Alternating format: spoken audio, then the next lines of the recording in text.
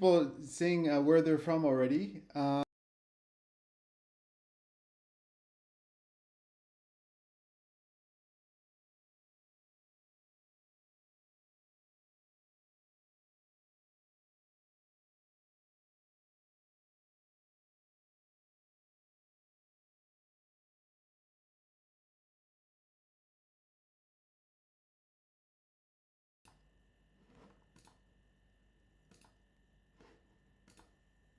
All right, is there? Can you hear me now? Can can we hear me now? I feel like it should be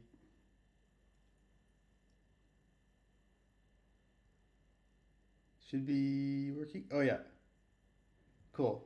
Yeah, I don't know. Oh, is it?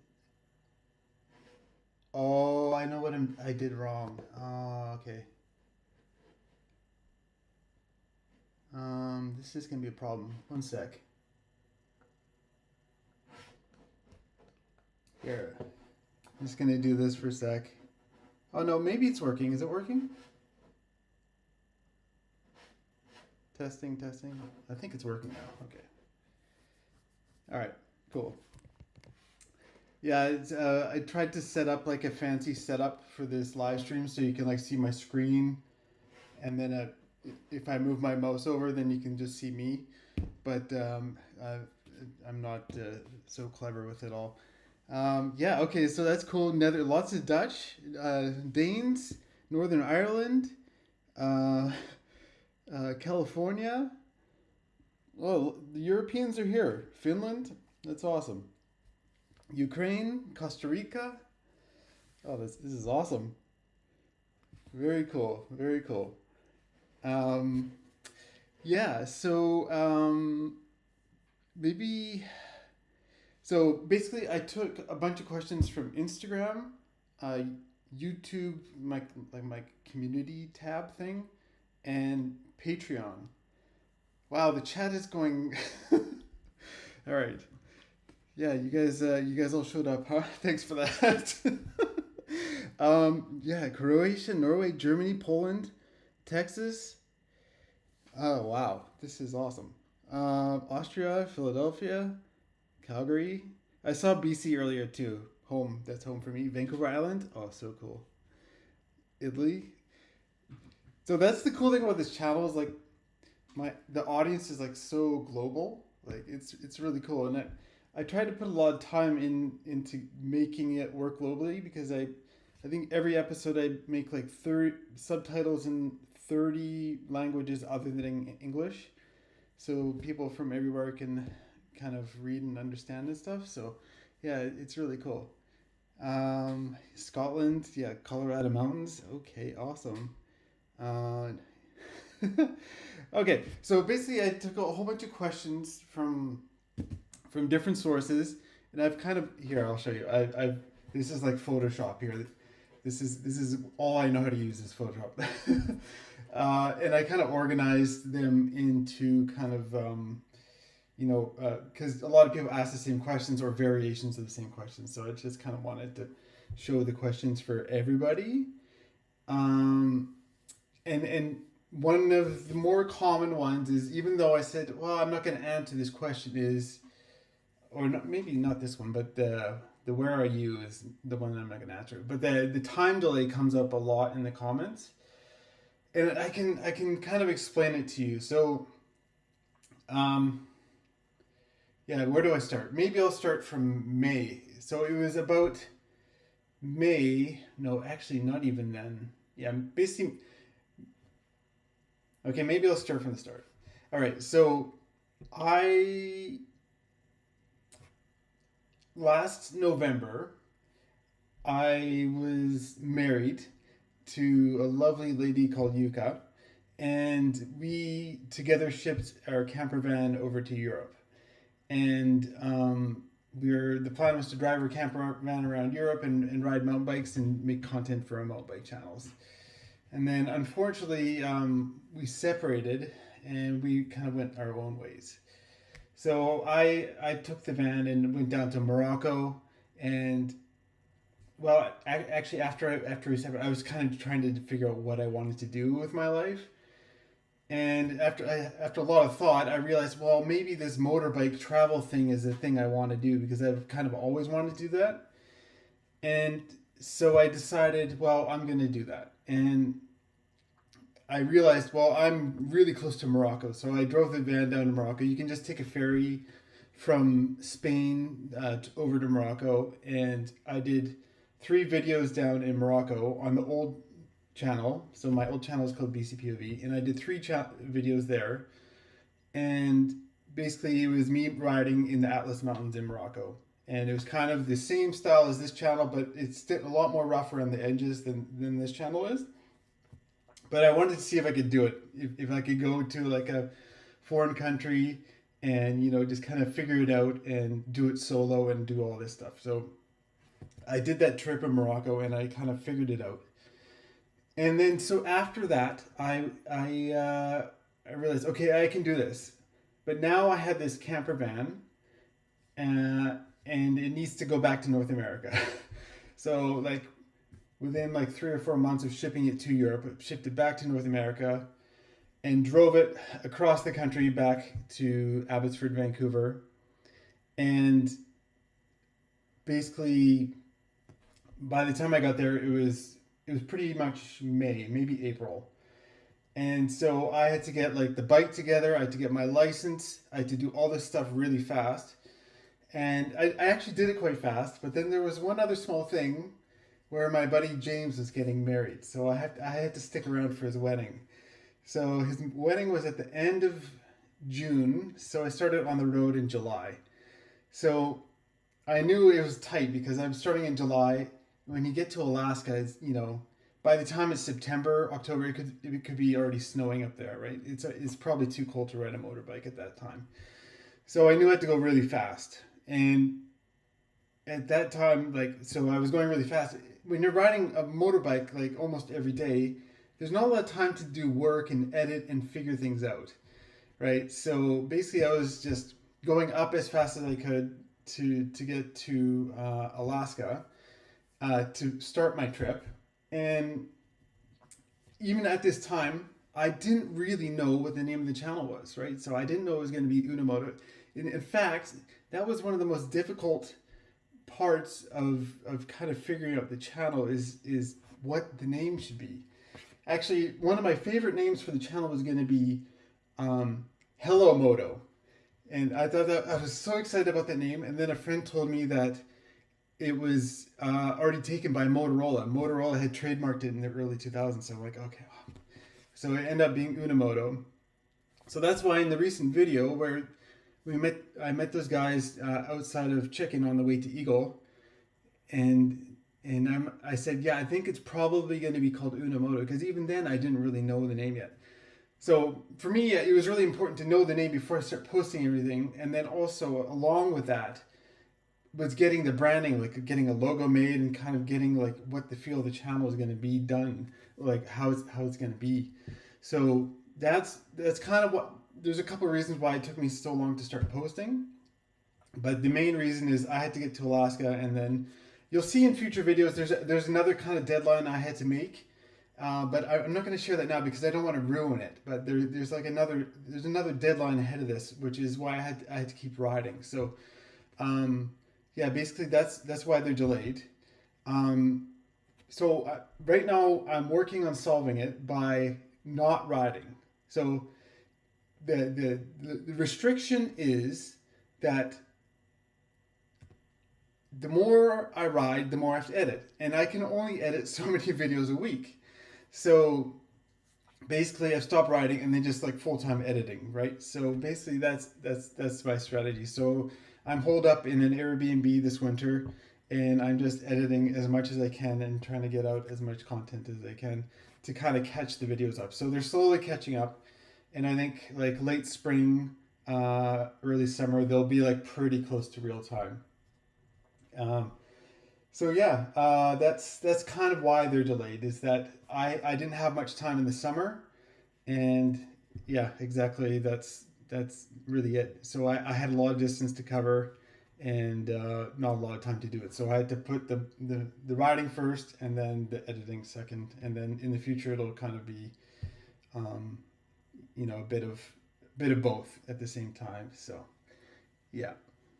I see a comment. Have you named the bike? So I have kind of named the bike. Um, so I've called it like Little Cowie. So when in the Mud Lakes episode, I'm like riding up the hill and I'm like making it up and I'm super stoked. And I'm like, yeah, Little Cowie, you can do it. So I kind of call it Little Cowie, but it's not natural for me to like. I don't see the bike and say, hey, Little Cowie. That's not really me. Like I just for me, it's more of a tool and less of a friend, I guess. But I guess unofficially, it's Little Cowie. Yeah. So, um, so yeah, what's the next one? Oh yeah. So then the next most common question is like, where are you? So someone kind of understands why I don't say where I am, and basically it's because there's like the 0.0001% of people that do weird, crazy things, and basically I don't want any kind of trouble with that. So basically that's it, and yeah, and then the other thing is also because of spoilers. So like, if you watch, I don't know, Game of Thrones or something, right? If someone just told you, well, maybe it's a bad example because the ending wasn't very good, but if someone told you that the ending to your favorite TV series or whatever, well, it kind of ruins it. It's like, say you're watching a sporting event, like a soccer game or whatever, and you don't want people to tell you what the score is because they already know. So you want to watch the game and experience it. So that's how I feel about the channel. Like I want everybody to kind of watch it and not oh, he's going to be here or whatever. Like I want people to kind of experience the trip as I experienced it, kind of thing. So that's why I don't. That's another reason why I don't say where I am. But yeah, there's also like the privacy thing and stuff like that. So yeah. Oh yeah. So Oliver asked. So this is in my list of questions here. Maybe I'll just move it up. What is your plan B in terms of bike failure? So I personally think that the bike will make it through the trip fine. Like there's going to be things that'll happen, but I think it'll make it. But if it doesn't make it, well, then I'm going to get a new bike for sure. And I don't know how that'll work. It depends on the country I'm in. Like some countries, you can't buy a bike as a foreigner, but like potentially, like I would just go back to Canada, buy a new bike, and then ship it to where I last left off on the trip, something like that. But I think the bike itself, it'll make it to New Zealand just fine as long as it like there's no crazy accidents or crashes or whatever. So that kind of thing. So yeah. Um. So yeah. What's next? Oh, and then this is by far the most questions are about bike choice. Like, so actually, I ran all these comments through AI, and it basically comes down to these 7 questions. Are you happy with your motorcycle choice? Yeah, I am. I'm happy with my motorcycle choice. I think it's fine choice. Do you wish you had a bigger or more powerful bike? Well, I don't wish I had a bigger bike. I definitely do not wish I had a bigger bike. Like you saw me trying to lift up that thing in mud lakes or other places. Like if I was out there by myself with like a 1,000cc bike or whatever, it's not going to be a good time. So, but a more powerful bike, sure, that would be fine. But the problem is the more powerful bikes are like KTM's and stuff, like the dual sport ones, right? So I'm thinking only dual sport bikes because I want to ride off road. Is the KTM's and that kind of thing, or even like the Honda, what is it, the CRF 450 or whatever? Yeah, they're more powerful, but they're really like highly tuned engines, so they have really short service intervals. So that's why I didn't go for those. I went for like the service interval on mine is 12,000 kilometers, which I haven't actually done it at 12,000. I've always changed the oil earlier, but yeah, like I don't want to be changing the oil all the time. So, yeah. Let's see. I'm just gonna look through the comments here. Um, do you remember the weight of the bike? Yeah, so actually, there's an episode coming out soon where I actually weigh the bike. But stock, the weight of the bike is just over 300 pounds, which I'm not sure. You'll have to figure that out on kg. Maybe someone can put that in the comments.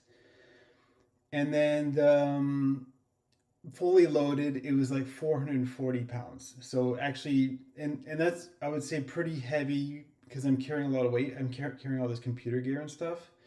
And like the case on the back is like really heavy. So, but that weight is still lighter than like a T710RA and a lot of bigger bikes. So, okay, maybe I should back to these. Why did you choose this bike over a bigger, more powerful one? Yeah, basically the weight, and kind of service intervals and reliability. Would you pick the same bike again? Yes. So actually, I should point out that the CRF here. Maybe I'll show you this. Um, so this is like my spreadsheet.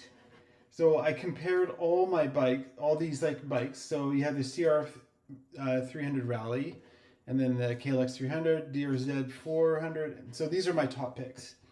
And in fact, I actually bought a WR 250R.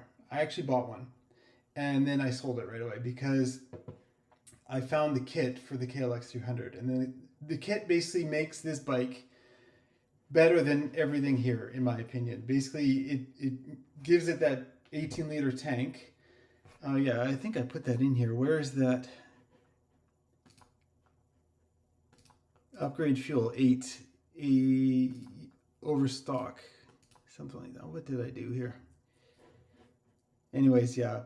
Oh, I don't have the kit to introduce this, but yeah, basically let me see if I can figure this out. Yeah, stock was 7.6 liters, and then my kit brings it up. It's actually like 19 liters. The CRF, like if you put, even with the upgraded tank and the rear tank, it's basically the same. So it's like 19 liters with the upgraded tank and the rear tank, whereas mine is just the front tank. The weight's down low. You don't have weight in the back with the rear tank kind of thing. So that was the main reason, is that kit basically made the bike like the perfect bike for me. So, but yeah, this Yamaha, it nearly happened. The big negative was that it takes a higher octane fuel, and that's why I was like, yeah, no, I don't know. And then the DRZ 400 was the big negative was the 5-speed. And then I was considering they make like kits for those, like gear, like wide range sprocket kits for those, and I didn't want to take the whole engine apart just to do a trip. So yeah. Um, yeah. So, oh yeah, are you considering changing bikes? No. um, is the bike meeting your expectations? Yeah. I think anything that's been wrong with the bike has been essentially my fault. So the clutch was definitely my fault because, yeah, I was burning up the clutch going up a hill it didn't want to go up. And then, yeah, what other bikes did you consider? So I just showed you that. So, but yeah, I will like acknowledge that the CRF 300. Oops, let me see here. The CRF 300 is like has better parts availability across the world than mine does, for sure. So, yeah. All right, let's check out the chat. Okay, so what's your professional background? Al says. So that actually comes up here as well. Let me see. Oh yeah, before that's exactly it. So these are all kind of the same thing. So before Moto was my mountain bike channel, BCPOV, which I did for 6 years.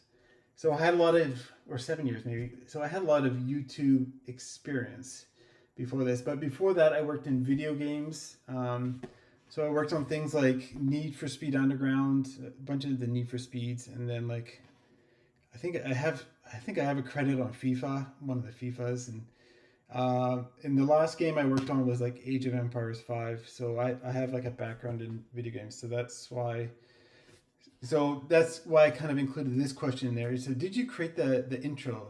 Were you a graphic designer in the past? So yeah, basically, if you think about the Earth animation at the start where it shows like my route and where I'm currently at, that's because I had all those years of experience in video games, so I could just make those what do you call them, 3D graphics basically.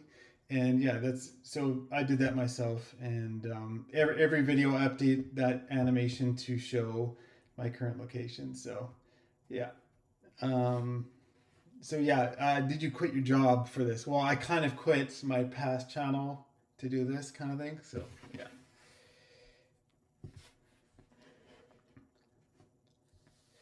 Oh yeah, Gerald's in the chat here. Yeah, Gerald's the guy that designed the kit. He's kind of the mastermind mind behind the kit. Yeah. So yeah. So what MPG do you get fully loaded? I calculated this one at one point, and it was like I don't know. So I can tell you. Maybe you can calculate it in the chat for me. So it's the tank is advertised as 18 liters, but I can actually get 19 in there. And the best I've done is like 530 kilometers on one tank, something like that. And then with still a little bit left over. So that's going at slower speeds. If I'm going fast, like on the highway, doing like 120 kilometers an hour or something like that the whole time, if I do that the whole time, then it drops a lot because there's so much wind drag. So I'll get like 370 kilometers on a tank, something like that. So, yeah. Just looking through the chat here. How do you feel that you've started to pursue the dream of yours? I love it. It's really fun. You know, like you've seen the videos. You know I'm out there having fun. Like it's good times out there. Like it's I don't know. I even when it's like not going right, like this is what I want. I want it to not go right. You know, like it can't be perfect. Otherwise, it's too simple. It's too basic. Like it needs to go wrong a bit sometimes. You know, so that's like it's called an adventure motorcycle, right? It's like get some adventure in it. You know, so yeah. Um, oh yeah. Okay. So someone in the chat's talking about the clutch, and so maybe where did I put that? Oh, it's not in here anymore. Yeah, so the clutch. A lot of people are concerned about like when I turn the clutch bars this way, the clutch cable's too short, um, and they're worried that the clutch is going to wear because it's constantly slipping. Well, the thing is it's only at full lock that it's really pulling on the clutch. At straight, there's lots of slack in the system, so it's not actually a problem. I am looking at fixing the issue, but I'm not gonna spoil anything. But yeah, the clutch is. I don't want to spoil anything, but there's not a lot to worry about with the clutch. Is what I can say. So, um, yeah. Um, Someone asked how close am I to 50K. It's not going up very fast here. I don't know if it's going to happen during this live stream, to be honest. So it's at 49,917. It might happen after the live stream there, but yeah. Okay, so oh yeah, so paying the bills. So like, there's lots of questions about like how I'm paying for this. So like, to start the trip, I had a bunch of savings. So that's how I bought the bike and all the gear and stuff. I had savings. So that's what I did. And then I had the camper van that I mentioned earlier. I sold the camper van. Um, and yeah, so now, yeah, I depend on YouTube income, and I depend on you guys watching. And then I also have a Patreon, so the Patreon helps a lot as well. So that's kind of why I don't really advertise Patreon, but it's the Patreon is kind of I don't know. I just really like it because it's like a group of people where I can you kind of get to know people in there because you see the same names all the time. Whereas in the comment section on YouTube, like sometimes it can get pretty crazy, and like I definitely see names and recognize names a lot in there, but sometimes like you just don't recognize everybody. So yeah, that's why Patreon's kind of cool because it feels a little closer. But yeah, so there's a lot of things like, yeah, are you using YouTube to fund this adventure kind of thing? Um, how much money did you plan to spend on this trip? So I honestly I didn't budget anything. So like, because I knew it was something I really wanted to do, and I also knew that it was also going to be my job. So I knew that like, well, I have to work hard at this and do a good job and make this kind of work, because if I don't do a good job on the videos, I'm just not gonna make it around the world. So yeah, basically, um, I kind of refuse to even think about money because yeah, because I just really wanted to do it, and I didn't want to muddle my mind with thoughts of like finances and things like that. So, but that being said, I'm doing everything as cheaply as possible. Like in the summer, like now it's winter, so there's not much camping going on. But in the summer, I tried to camp as much as I could, and then when I stayed at hotels, I always picked the cheapest possible hotel. The bike helps because the bike is really cheap on fuel. Um, yeah. Oh yeah. So here's a good question. How do you keep your electronics from the chat? How do you keep your electronics charged when you're not? I can't show you here, but basically the case. I have like a waterproof connector that wires the case into the bike. So basically, it's connected through. I have a little device in there that will turn off the power once the voltage hits 12 volts. So a battery, after it's been freshly charged, is probably around 13 volts, and then the voltage will slowly drop as it drains. So once it drops below 12 volts, it'll just disconnect, and then it'll stop charging anything that's on the bike. So basically, when I'm riding, I plug that thing in, and there's 14 volts. It charges everything in my case. So the case has got chargers in it and stuff and all that. So basically, as long as I'm moving, I'm charging. So yeah, I've got drone batteries there and all that stuff, and GoPro batteries and everything. Yeah. Let's see the chat here again. What?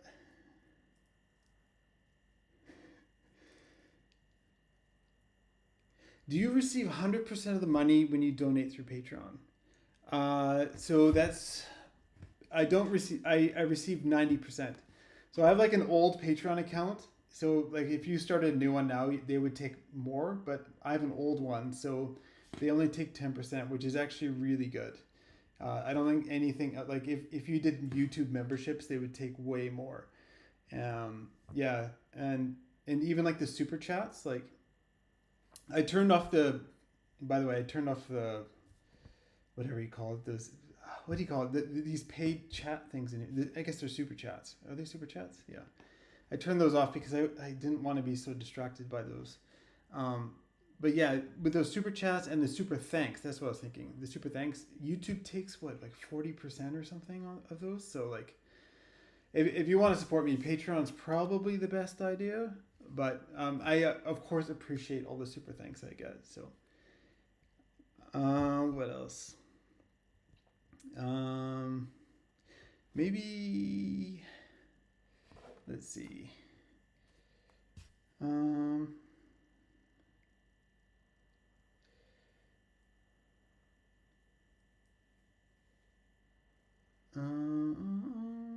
okay, let's go back here. Let's go. So working at editing. So this is like this one. This one made me laugh. Who is editing this god tier video? Thank you, Gimme USA. And yeah, basically people are asking who's editing. Well, I'm editing. Um, so yeah, from the previous channel, I have a lot of experience with editing, and I kind of give myself a high bar because I don't know. I feel a lot of pride about the edit, and I just want them to be good. So yeah, I try really hard. And the thing is, like, you know, I put myself on a schedule. I have to do 2 videos a week. So yeah, I get basically each video right now has been taking about 3 days to edit. And if you do the math, well, eventually I'm going to run out of content because I can only ride 1 day a week, and each video is about 1 day of riding. So basically, I'm looking for an editor to help me. So basically, I'll still be doing editing, but I'll also I'm trying to find someone else to help me edit. And yeah, that's been definitely a bit of an adventure for sure, trying to find an editor. And then there's questions like, Explorer New Zealand, he says, you often say you'll stay a couple nights at various places to work. Is that YouTube? Yes, basically, if I'm not riding, I'm working on the channel. So it's like, I'm editing like a lot. I'm spending a lot of like, there's not much downtime. Let me tell you. So yeah, basically when I'm riding, that's kind of the fun time. The rest of the time is like, yeah, my head is like, I'm like, this room I'm in right now is the edit dungeon, you know. It's like, so yeah, what else? So what are you doing? This question, what are you doing during the winter? Yeah, well, I'm spending time this winter just trying to get as much content out as I can, and hopefully quality content. So, oh, this is an interesting one. How do you manage your footage? Are you editing on the road? Yes, I'm in. Okay, so this I kind of prepared a thing. Oh, so this is the thing I have. This is like this is basically a small computer. It's maybe, I don't know, like this big, this big, this big, and it's filled with hard drives. So it's filled with like storage. So it has 12 times 4 terabyte drives. So this is really nerdy, I know. 12 times 4 terabyte drives in it, and I'm storing all my footage on that. And this thing is awesome. It is such a lifesaver because it's small enough to bring on a motorcycle. Because normally, basically, this is called, it's called network attached storage. It's called a NAS. And typically, they would have, a NAS would have big hard drives in, like those hard drives like this. And those things are so heavy, and yeah. But this thing is tiny, and it can take those little, like, what is it, M.2 drives? Yeah, those little like laptop drives. And yeah, this thing makes it so I can store all my footage. And so far I've accumulated about 18 terabytes of footage, which is a lot. And I think there was another question is like, what do you do with your footage after you're done? Well, I keep it. And in fact, I bought some actual, let me just get it.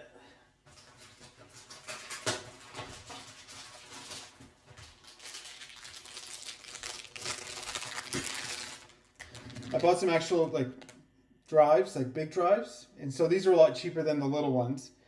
And I've already copied my footage to this, and I'm gonna mail them home. Dad, if you're watching, this is coming to you soon. And my friend Dustin, he's getting one too. So basically, maybe I'm just like a data hoarder or whatever, but I just want to keep all the footage just in case for future things. Plus, there's a lot of footage on this NAS that I just showed you earlier. There's a lot of footage on here that's unedited. So if I lost this thing, I'd be in a lot of doo-doo. So I need to make backups. And that's why I'm sending these hard drives home. Because these things are heavy, and I don't want to... Well, one thing about backup is you don't want to keep them with you. Because if you lose... Say I drop the bike into the ocean or something, well, then I lose everything. So I have to keep these in separate places just so I have like, you know, a backup. Yeah. So yeah, that's, but this thing is, it's fairly light, but all this stuff adds up, and my kind of case is, it's heavy, like, it's heavy, so. Okay, all right, maybe I'll check out the chat. Dad, don't drop the drive. Yeah, so what, Someone asked, how did you make the intro with the globe? So basically, that was done in 3D Studio Max, and basically, it's basically a 3D globe. So, um, be careful shipping those. They actually have, they actually arrived in like these bubble wrap things. So I'm gonna ship them out in these bubble wrap things. Those hard. He's talking about the hard drives. I'm gonna ship them out in the bubble wrap things. So, and then within another box. So, yeah. Yeah. Let's see. So this is another question. It's in the chat. If you happen to go by a place with lift access MTB and rental bikes, will you give us a treat with some OG Eric shredding the gnar? You know, I brought my 510s, so my mountain bike shoes. I brought those with me, expecting to ride my mountain bike, or not my mountain bike, a mountain bike. And I haven't done it yet, but I want to, and I think I probably will. I just, maybe the chat will let me know if they actually want to see mountain bike content. I'm a little bit worried about that part, but I do. So maybe she could just go straight to that one. It's like, do you miss mountain biking? Do you miss mountain biking? I kind of do. I miss the exercise. I miss mountain biking. Is pretty exciting. It's pretty fun. I like it a lot, and I definitely want to do it. But I'm also having a lot of fun with the motorbike thing. So, but I would like to. Oh yeah, people are saying yes. Oh yeah, this is an interesting one. I got another one. How come you don't share your overall goal circumnavigating the globe with fellow travelers you meet along the way? Because I feel like I'm bragging. You know, I'm like, oh, I'm gonna go here. That feels like bragging. I'd rather just listen to their story. It's a lot more interesting to hear their story than to tell them mine, because I already know mine. You know, so yeah, yeah. I hate HT. I like it a lot. Oh, there's a lot of mountain bikers in the chat. Okay.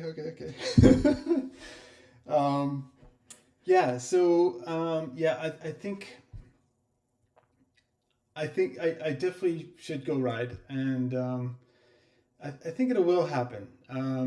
I know I have a cousin in the Netherlands that rides, and I'd love to go riding with him. So, yeah, maybe Matcha, if you're watching, let's go ride. Yeah. And then there's another one about mountain biking. Like, so basically, what mountain bike skills transferred over to the motorbike?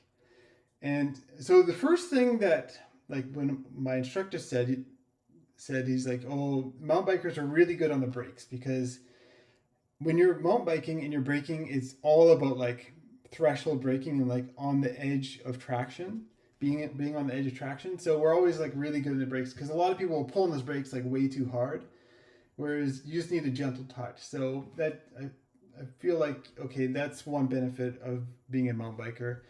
The other one doesn't really apply to road, but off-road is line choice. So when I'm climbing those hills or going down the hills, I'm like always looking about like what's the best way to go down or up this hill. And I think that helps a lot. So, and then, yeah, just, I guess, general balance, but a motorbike is has a lot more weight on it.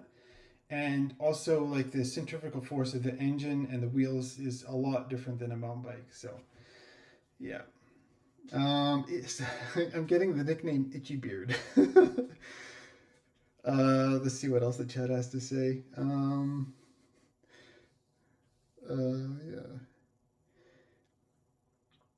Let's see.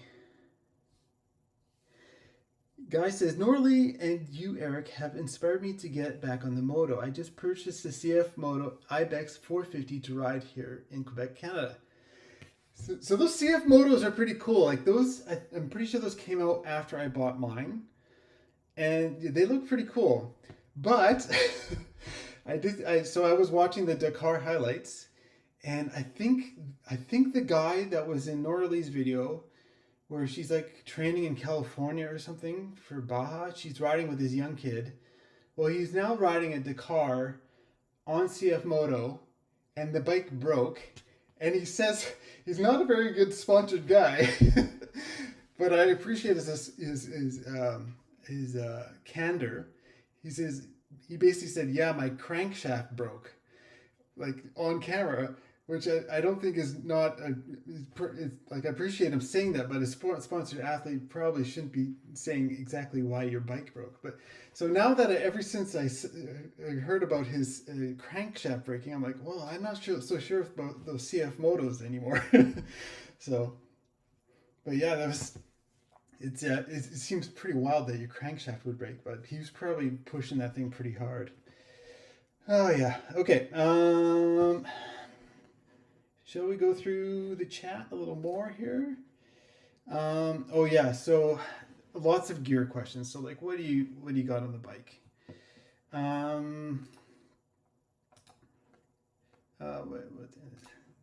So I prepared some stuff. So these are my bags.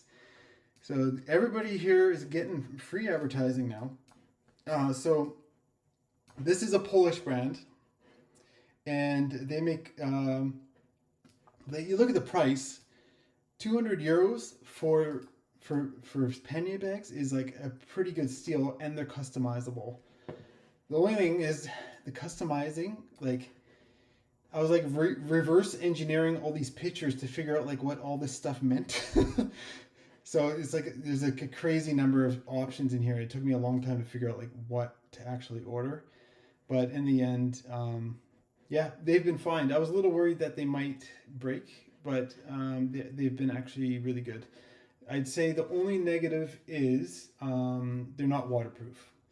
So like I've had I store my sleeping bag in the bottom there, right? And I've had a wet sleeping bag just because the bike was in rain. So it wasn't bad. Like I just hung it out and my body heat dried it out. But it's just like, oh, I wish they were waterproof kind of thing. So, and then people ask about like the quick release. So my case is on a quick release. Maybe there's a better picture on the website.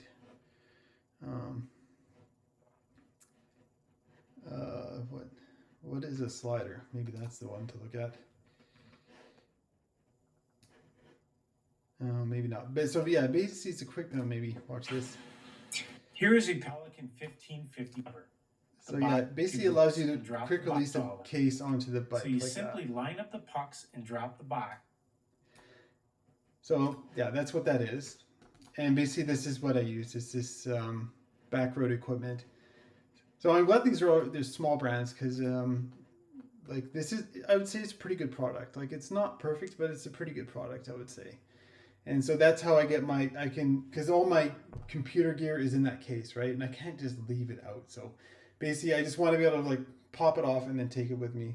And so this is basically, these pucks basically slide into these holes here. So, and then, I don't know if it shows it, but if you could look here, this kind of locks the whole thing together. So it can't, the case can't escape. So yeah. Yeah, and I'd say it's pretty good. And then this whole thing is mounted, so Tusk makes a rack for my bike. And then this is, the rack is like kind of a frame that goes down to the seat and goes on top. And then Tusk makes like an aluminum thing that bolts to that. Well, I just kind of tossed the aluminum thing and then just bolted this straight to that kind of framing. So, yeah. And then people ask about my jacket. So it's a Climb jacket. And it's been good. I bought it basically because the reviews were good. Because I had no experience when I was buying this stuff. So I just looked on... What's that? Oh, there's a YouTube channel called Moto Legends. And I always find their reviews very informative. So they said it was good. So that's kind of why I got it. And then I think these are the pants. I don't think they have the color I have anymore, but I think these are my pants. And they've been pretty good. They've been good. I do have Climb like gloves. I couldn't find them on the website anymore. Maybe that's why they've been discontinued, because if you watch the videos, like they're slowly falling apart here. They're slowly falling apart at the wrist. And then you'll see later on that the fingers are starting to come apart, and yeah, so they've been replaced since. But and then the boots are Alpine Stars Corzols, which have been quite good. I think what are they? What's the one level up, like Tech Nines or something? And I'd maybe go for those next time, but every time I hear someone with those on, they squeak like crazy, like they really squeak. So yeah, these have been quite good, and they're not falling apart. The only thing I would say is I have fairly narrow feet, and this lower buckle is kind of bottoms out on the inside of this flap. So I haven't done it, but I should probably cut like it's like if you think of a ski boot, it has like kind of a ribbed thing that locks in. So its bottoms out with the kind of with the overlap, I guess you would call it overlap. So and then my helmet is this one. I did not pay that much. I got it for much cheaper than that. But yeah, I wanted to get a carbon helmet just because a light helmet is just because I have got all the actually I have it here. So maybe we should talk about that. So yeah, a light helmet helps a lot, especially when you got camera gear on it. And I know I have some camera gear questions, so I'll just talk about that a bit. So yeah, it's a GoPro on the front.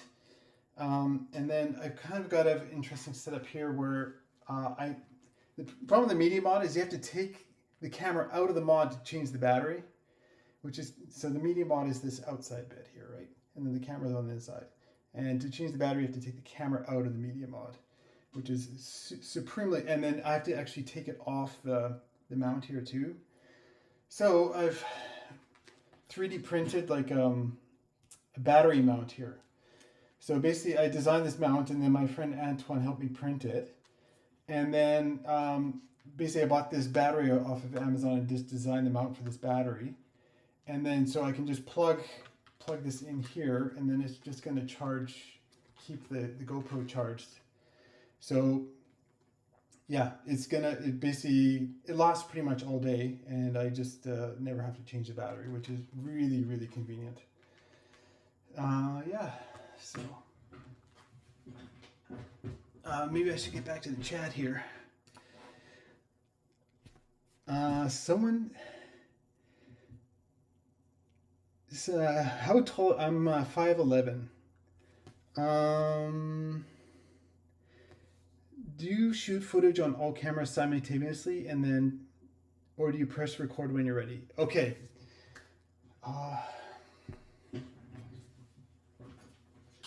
So this is it's not so secret, but this is kind of like one of the keys to the I don't know.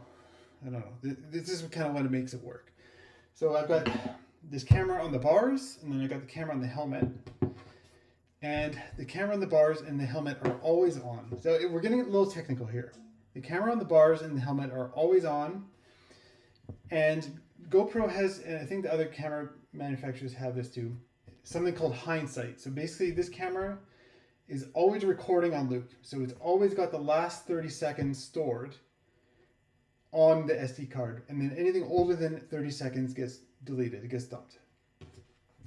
Now I've got this, and so both cameras are doing that. Now I've got this remote is connected to both cameras, and you may have seen it mounted on my handlebars. Oh, Brian's here. Hi, Brian. How are you? His parents like it when I lose the drum. Okay. All right. So back to this. So both cameras are recording, but they're recording on a 30-second loop. Now when I press record on here, then both cameras start recording from when I press record, and they also have that last 30 seconds, right? So like if you remember that Lynx when I'm going down the road in Yukon, and the Lynx and her baby are running across the road. Well, I'm not recording all the time, so I definitely would have missed that, because I don't see, the thing with recording all the time is if you have all that footage, you have to store it somewhere, and you have to watch it after, and it's like, that's no good. So that Lynx and the baby run out the road. Well, I've got them on my camera because I've been recording the last 30 seconds, and then I press record, and then I've got that whole story from that moment after that Lynx and that baby run onto the road. So Yeah, and this has helped so many times.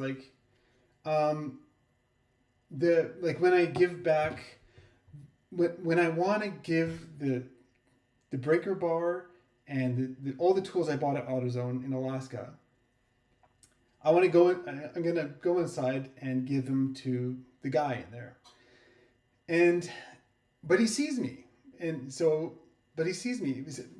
But I had stopped recording, but he saw me and he came out to see me, and I'm like, oh crap! I kind of wanted to capture this moment, but the cameras were rolling on 30 seconds, so you kind of saw like the last bit of that conversation there, and so it just kind of it's a bit of a buffer, and it really like kind of yeah it for me it's like a really important part to capture those kind of authentic raw moments where like you just don't know what's going to happen, and then well the camera's recording, but at the same time you're not saving tons of footage, so it's really good.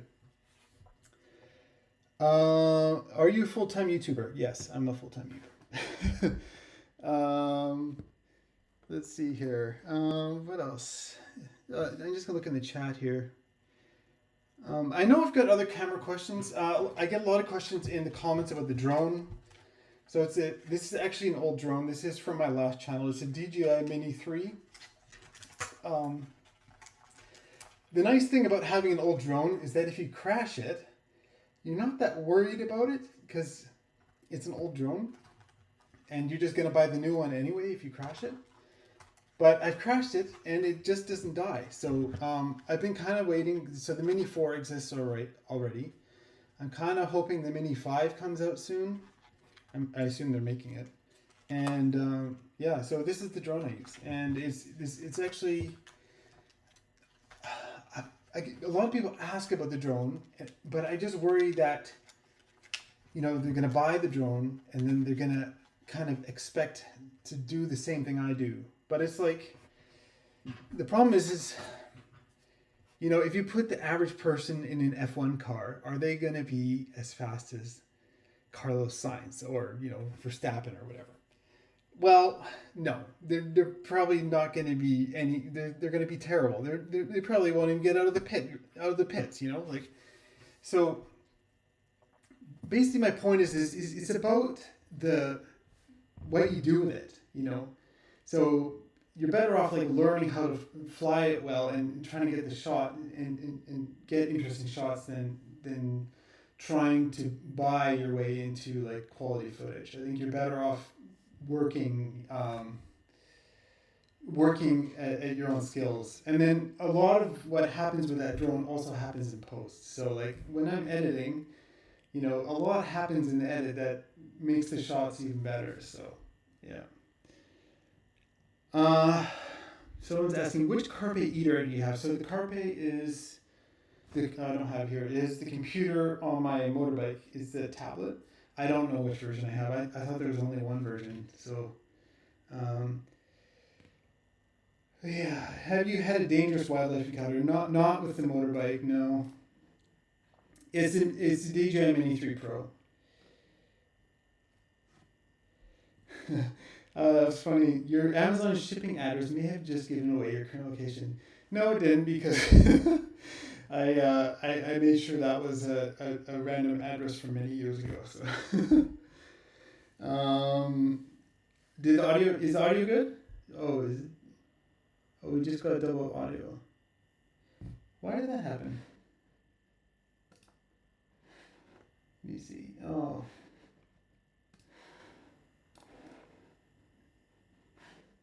Let me see.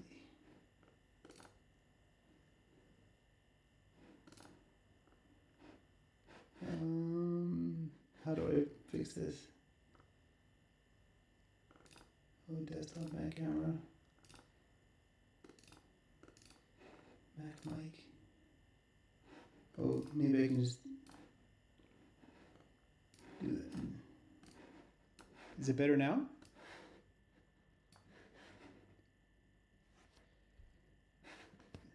Is it better now? Testing.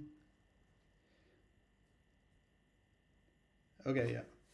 Yeah, I guess I had two audio sources going on, so they got out of sync, I guess. Sorry about that. Um, okay. Uh, oh, what software for editing? So I use Final Cut Pro, which is I kind of prefer it over other analyses. I actually in BCPOV, my previous channel, I started with DaVinci Resolve, but I think for just the core editing aspect, which is the most important, I think Final Cut is. Well, I know a lot of people disagree with me, but I really like Final Cut. So, um, yeah, let's see. What do we? Should we go back to these questions? Organized questions.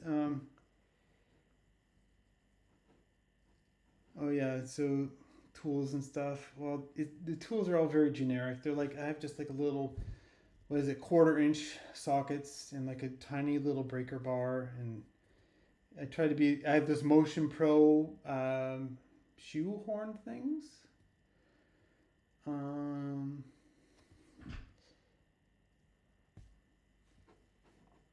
what else you got in here? Oh, would you rather have a flip up helmet? So he's talking about like those Schuberth helmets that the whole chin flips up. And I would like to have that. So if you can imagine a helmet where the whole chin, this is called a chin bar, that can like flip up over the top of it.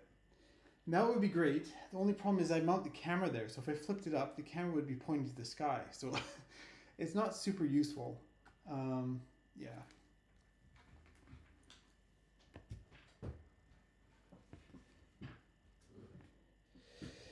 Um, what what preparation would you have done differently? So the case on the back of the bike is too heavy.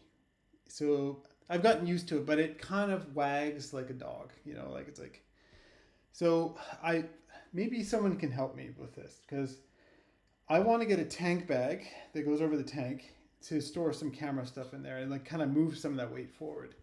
The problem is I had these breather hoses coming out of the tank. What do you call them? The tank, the lids or whatever, the gas tank lid. And so these breather hoses. So I'm concerned that like if I put a tank bag there, then it's fouling these breather hoses. And I've been trying to find a solution for this. And I know, is it pronounced Archerbes? They make like something that works there. So I did buy those, but they don't fit on my tank. So I'm trying to find a solution for that breather hose problem. Yeah.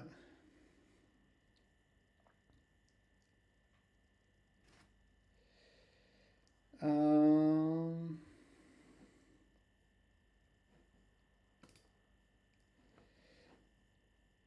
so that's basically the biggest difference I would do with my Motos is just try to get some of that more of that weight forward. And a lot of people are like, well, just put the camera gear in the side bags. Well, the reason I got the case is because it's hard, and so it's relatively waterproof. And if I drop it, it's the stuff inside is not going to get crushed. Whereas the bags are soft, right? So if I drop the bike, then I could crush my laptop or whatever. So, oh, someone asks. So Bokeland asks, how does editing and uploading work while traveling? So so far it's been easy. Like all the internet connections have been pretty good so far. And if I don't have good internet, I can just upload with my phone. And yeah, it might be interesting in some other countries, but I think it's maybe not going to be too bad. So yeah, 3D print 90-degree angles. Yeah, I was thinking about that. I was also thinking about 3D printing just a whole new lid, and then just having the vent coming straight off out of this. If the lid is this, and have the vent come straight out the side of it. But I ever think about getting mobile Starlink so you can always have Wi-Fi? I have thought about that. So far, I haven't needed it. But I did see on the internet that some guy, he took one of those mini Starlinks and put it on the inside of his case, a plastic case, like a Pelican case. And apparently those cases are actually transparent to the signals that the Starlink emits. So I could just have it like I could have internet like while I'm riding my motorbike. But Brian's offering to upload to me for me. I don't think I need it, but if I'm like in like I don't know Iran or something, Pakistan, and it'd probably take like weeks for the SD card to get to you, Brian. um, are you ready for the relentless rain of Europe? I don't know. Am I? I don't know. I've got the rain gear for it, so. Okay, maybe we'll go to the next topic here. Oh, countries. So, okay, this is, I kind of like this question. What is the country you're most looking forward to? So, I think it's got to be like Iran. Um, and the thing is, I'm not even sure if I can go through Iran because the political situation is like kind of crazy right now. So, we'll see what happens. But I know Itchy Boots is in the area right now, and like, okay, she's had a couple border crossing issues, but it's not really a big deal. So, yeah, so the government of Iran, okay, maybe not the best government, but um, the people are, every time you hear about tourism in Iran, everybody's like, the people are so nice. And if you watch Norley's videos, like in Iraq, like everybody won't let her pay for anything and all this stuff. Like I just think the hospitality is probably going to be amazing there. So I'm really looking forward to that. And then I gotta say, I really love Australia. I'm kind of looking forward to Australia because yeah, Australians are so chill, and I just like the culture there, and I'm pretty interested in going through the center. Um, what's that? Adam Reeman. Is that how you say his name? Adam Reeman? Yeah, I've been watching his videos going through the center. It looks pretty cool. So, and then in like northern India looks unbelievable. Tibet, Nepal, all that stuff. Like I love the mountains. I love the mountains. So I can't wait to get up there. I'm not even sure my phone's like the highest motorable road in the world is in India. And what is it? 6,000 meters? 5,000 meters? I'm not even sure if my drone will fly that high. So yeah. Let's see.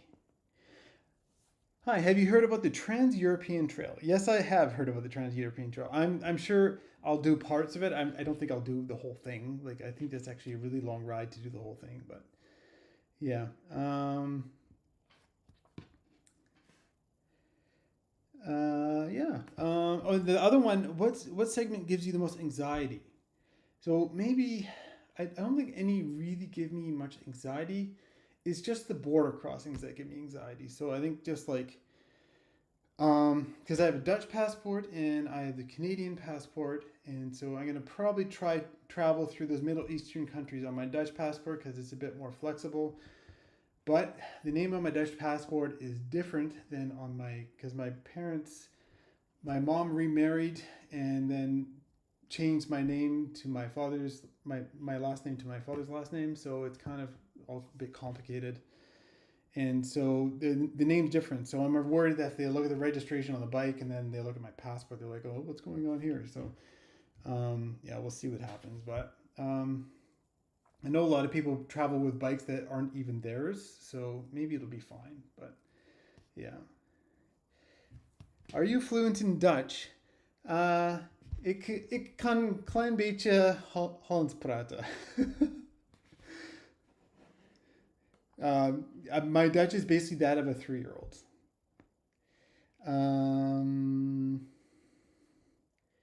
Let's see.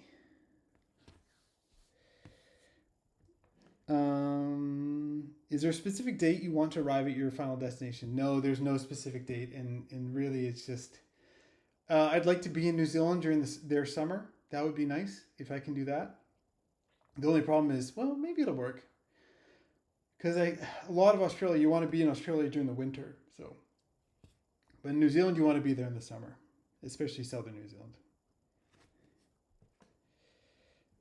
Can we get more voiceover narration? That only happens when there's a problem, I think, because it actually takes a lot of time to write that dialogue. And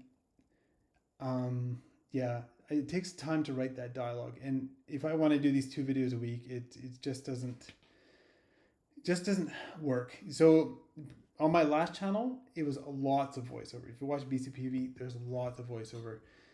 And I would spend like 2 days writing the script for that. Like it's a lot. And so the focus with this channel is to try do as much as possible in camera than in the edit. So yeah, that's just how it is, I think. So, but yeah, obviously when there's issues where my mic doesn't work, well then you're gonna get voiceover.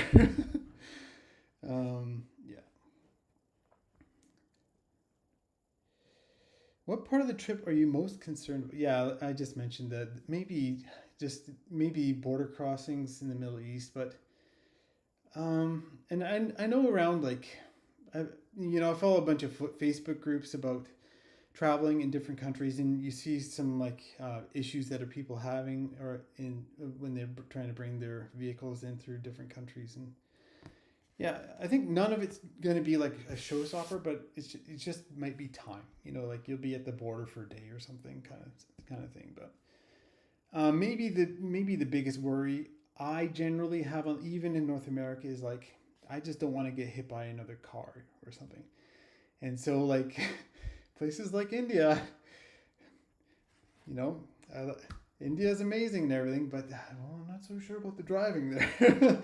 But maybe it's just about me getting used to, I have to learn to drive like an Indian, So, um, is sleeping in a tent getting old? Says Five Tool. Sometimes it does. Actually, yeah, I think my sleeping pad is probably a bit too thin. It would improve if it wasn't, but I it, getting to a hotel is always welcome because I don't sleep as well in the tent as I do a hotel. But yeah, you might notice like if you're watching a video, if after a day or after a night in the tent, I might not be as alert and awake because I probably didn't sleep quite as well. But yeah, do you listen to music while you ride? Yeah. Oh, I listen to a lot of different music, and actually, I can't even list everything. Yeah, so I listen to music, sometimes podcasts. I'm right now like she actually licensed one of her tracks for the last video to Prudhoe Bay. Her name's Adrienne Lanker, and I think she's just amazing. She is an amazing songwriter. I love her music. Um,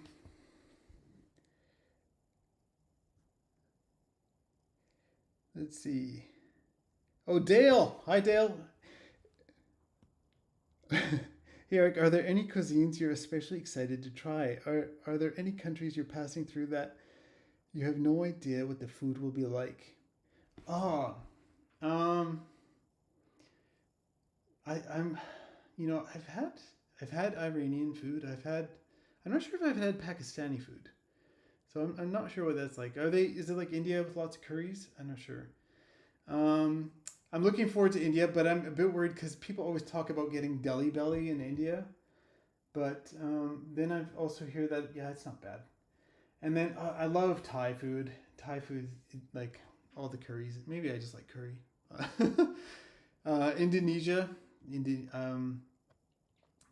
so my parents are Dutch immigrants. So growing up, so Holland has this connection with Indonesia for kind of maybe not great reasons, but there is a lot of Indonesian food within the Dutch culture. And so growing up, we always had nasi goreng and bami and stuff. So I'm looking forward to Indonesia. Yeah. But yeah, did someone say what Pakistani food's like? Um, have you mastered the biker wave yet? Well, so if you want to be cool, you have to do it like down low, something like that. I'm just like hi, yeah, something like that. But yeah, no, I'm not sure. Is it just a North American thing, the biker wave? Because yeah, when I first got on the road on a motorbike and people start waving at me, I'm like, these these people don't know how much of a newbie I am. They shouldn't be waving at me yet. Like, I'm such a noob.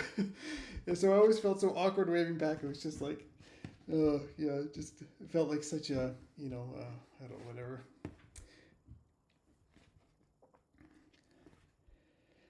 Um,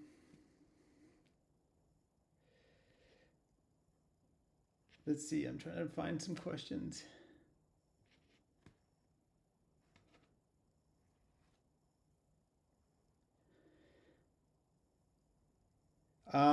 People asking about my route through Europe. I'm not sure exactly what my route is. I've been doing a lot of research, and I kind of like am leaning towards the south thing because I'm finding like all these old Roman ruins and stuff that because the Romans really spread like across Europe, but also east through like Turkey and Iran. So you find all these like crazy old Roman ruins and stuff. So I'm kind of leaning towards southern Europe, but I guess Croatia is southern, isn't it?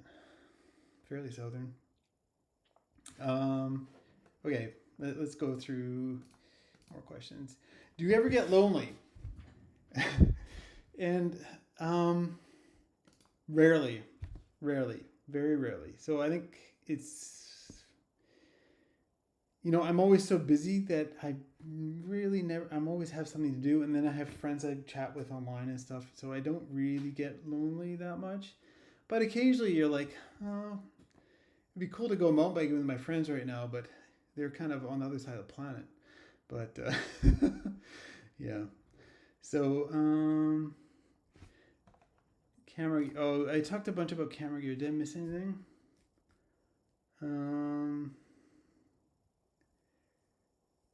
See, which equipment are you using for filming? I talked about that. Oh, did I talk about the Insta360? Yeah, I've got this Insta360. So it's 360 cam. So basically creates a image. So there's two lenses, two cameras on both sides, and then it's in post. In the computer, you basically take those two images, and the software will stitch those together, and then you can just basically point it wherever you want when you're in the editing phase. So, and I think maybe I'll show this one. It's maybe a bit of a spoiler, but this this is like a really like junky kind of old school camera, but and it's got a digital screen on the back, but it prints pictures. So if you watched BCPOV, I went to Tanzania and I did this mountain bike race, and it had such a big impact on me. I really, if you watch any BCPOV video, watch the Tanzania mountain bike race. Maybe search K2N on BCPOV or whatever. And we're going through and we're meeting all these amazing, wonderful people, and we're taking selfies with them and stuff. And I have no way to share these photos with them. There's no way to share the photos with them, and they don't have phones, and I can't give them a picture. I can't tag them on Instagram or whatever. So this is the idea behind this. This is going to take a digital picture. I get to keep the digital version, and I get to give them a physical version. And I'm really excited to use this. Actually, I had one. So I was in Prudhoe Bay, and you remember Itamar, the Israeli guy that I rode with? Well, I went to pull this out to give him a photo, and it was broken. So this is actually my second one.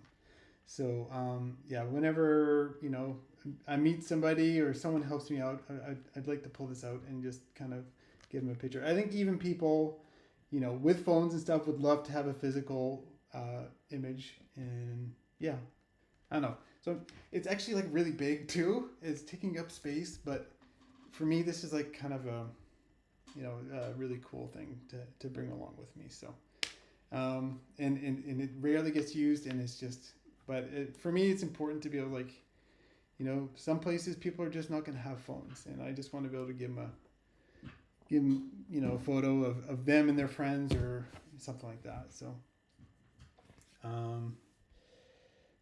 yeah. What else? Let's see.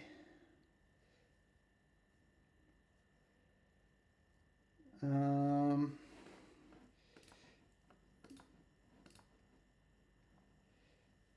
okay, so asking about the drone, I already explained that. Video equipment.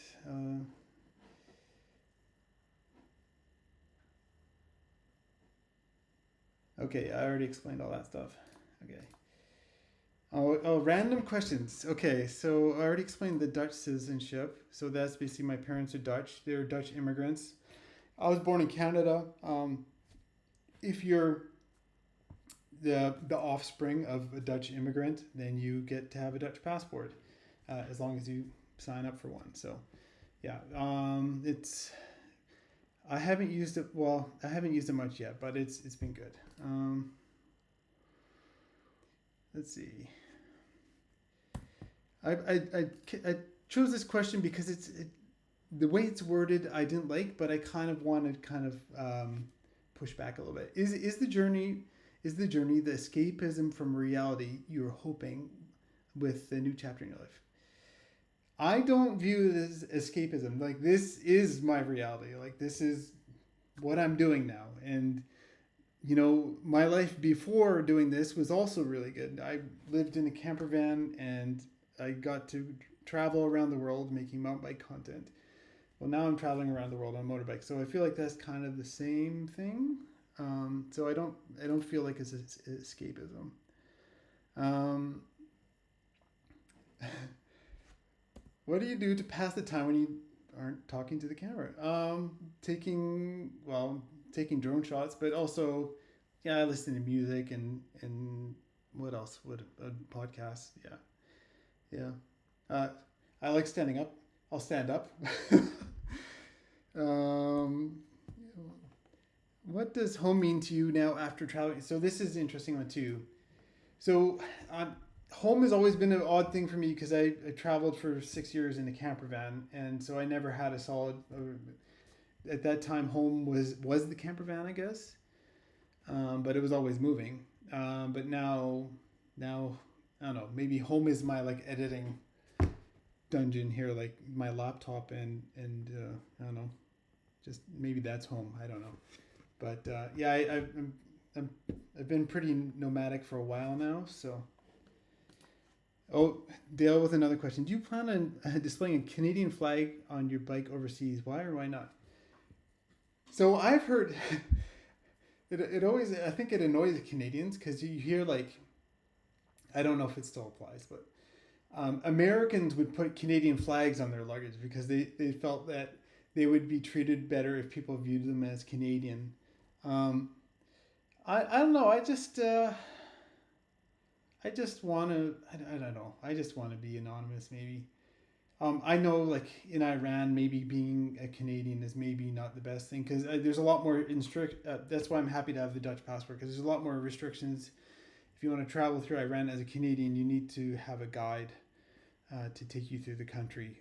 Whereas if you're Dutch, you can just go in. So, yeah, so it's probably not a good thing to have a Canadian flag there, but I'll have Canadian plates.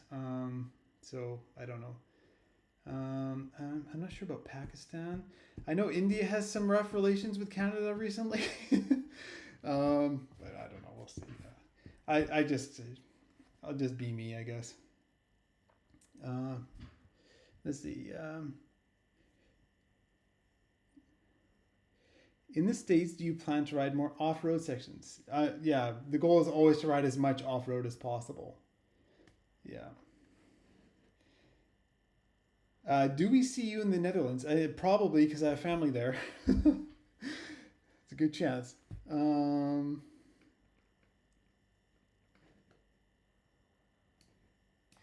Are you doing any BDR sections in the US? So basically,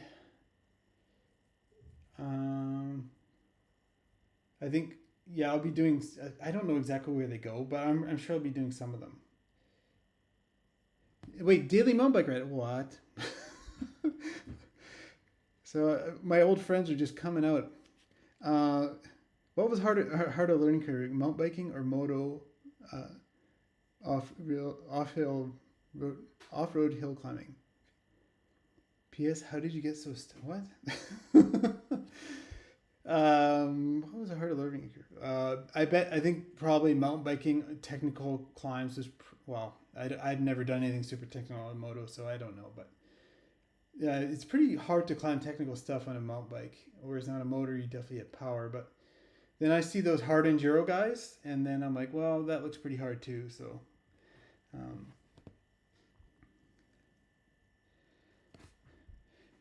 it's probably a good time to ask people to subscribe in the chat. Well, I think if you're in the chat, you've probably already subscribed. So, oh, did my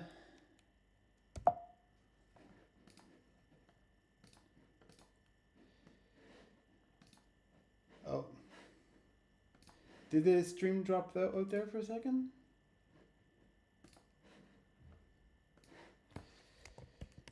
Oh yeah, I think it's still working.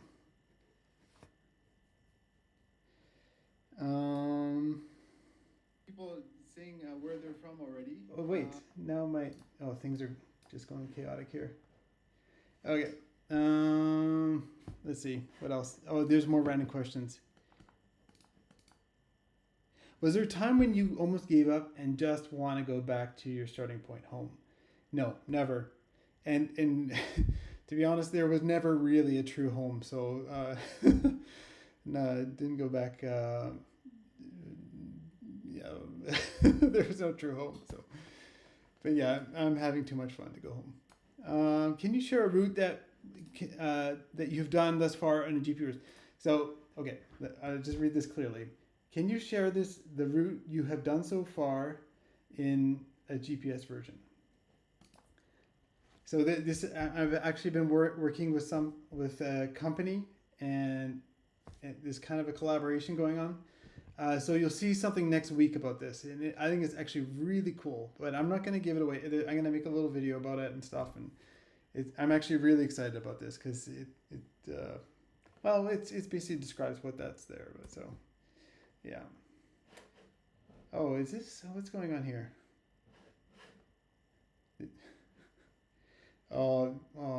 Everything's screwed up now. Let me just. I think OBS is kind of crapped itself. I'm just gonna turn the switcher off. Let me see. How do I turn it off? I can't turn it off. Okay, I give up. All right, you said earlier in the series that you have a passion for cars. Yeah, I had a Toyota MR2, like the Spider, and then I put like the fancy engine in it. So like it was a high revving 4-cylinder engine, and I took it to track days and autocross and stuff. So yeah. Oh, now it's working again. Okay, I don't know why that happened.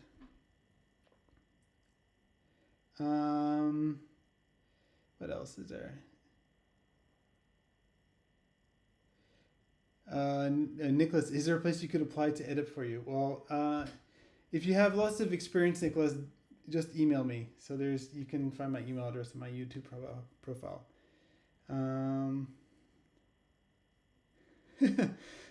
Daily Mountain Bike Rider says, I watch every video while on Zwift. I grew up riding Moto, so it's great to see your adventure. Sweet. So for people that don't know, Zwift is it's like a video game for people that want to torment themselves. It's basically you're on a stationary bike and then you watch a screen of yourself riding through the video game world. Lost Road says, how are the new tires holding up? The new tires are holding up well, although I have to say that NT21 wear is kind of weird on the front, but yeah, they're good. Let's see. Yeah, I thought these were maybe some interesting questions. Is there anything you encountered on the trip you wish you knew prior to starting your world adventure? The way the clutch on my bike works, so I had to take that big bolt out, right? Well, not all motorbikes are like that. A lot of motorbikes you can just remove the 5 or 6 bolts holding the clutch plates in. And that makes like roadside repairs a lot easier. But when you have that big 22 millimeter bolt on the center, then it doesn't. It makes it a lot harder to fix a roadside because you need a big breaker bar because it's such a big bolt. And so I'm not sure if the CRF 300 how their clutch baskets work, but yeah, that's something I would consider when buying a motorbike now. Now that I've learned that. Um, um,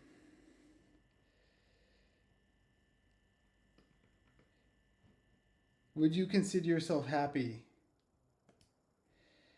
Um, yes, I would consider myself happy. I think I'm happiest when I'm out and riding my motorbike. Um, that's probably the best time for sure. Even if it's like raining or miserable, I'm still pretty happy. The more stressful times are the editing and the YouTube and all this kind of this managing all this stuff.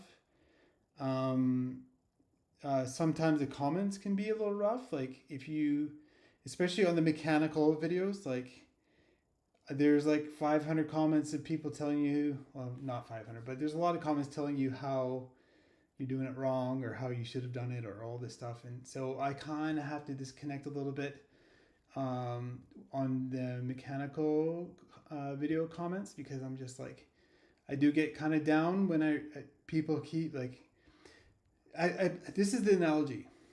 Like, imagine someone sent you an email every day, or maybe, okay, imagine someone sent you an email twice a week filled with comments from 500 people telling you what, giving their opinion on how they think you're doing. And like, 70% of them are positive, and then 20% are telling you what you're doing wrong. And then like, I don't know, whatever, 10% are like negative.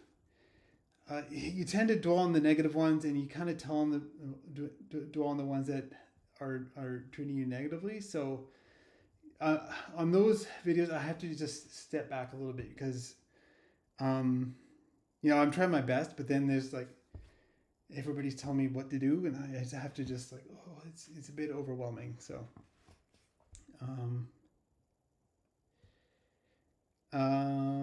yeah.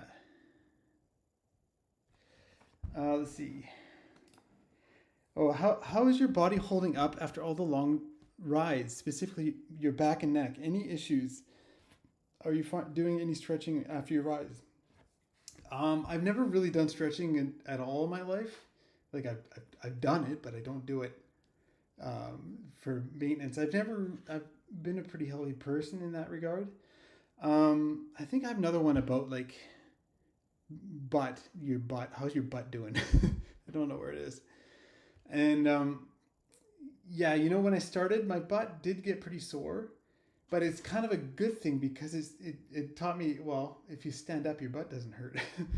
And I know, especially in those early videos, like actually that was another one that was a little tough is the Mud Lakes videos. People are like, you're doing it wrong. And it was a little rough. And then people kind of like gotten to know me a little since then, so it's improved. But yeah, basically, when you have a sore butt, you stand up. And actually, I really enjoy standing up. Even like on the highway, like I'll be doing 100 kilometers an hour, I'll be standing up, which it's quite nice actually. The only problem with standing up is if it's cold out, you get colds pretty fast. So, oh, I think I answered this one already. Assuming you're watching Itchy Boots' latest episodes, how does her adventure in the Middle East make you feel about your future plans in there? Makes me feel good. Yeah, it seems like everybody is super nice, super friendly there. So, yeah.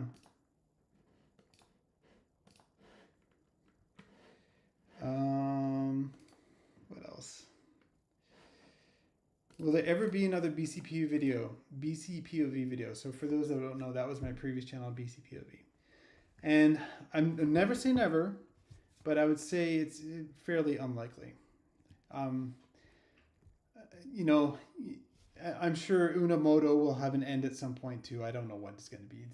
That's a long way away, but at some point I'm going to want to do something else with my life, right? Like everybody, I don't know about everybody, I guess, but I know for me, I need to do a thing and then move on and do a thing and move on. Like I've done a lot of things in my life, and I just kind of le- want to experience a lot of different things. So yeah, I don't know if there'd be another BCPOV video, but never say never. Oh, there's the saddle sore one. That's it. You've been impressively stoic about the saddle sore so far. Yeah, I don't know. It's not too bad. I did buy that seat concept. Is seat concepts? Is that what it is? Seat concept seat. Where basically it's just an improved. I just read Quinn's comment. Quinn's a friend of mine.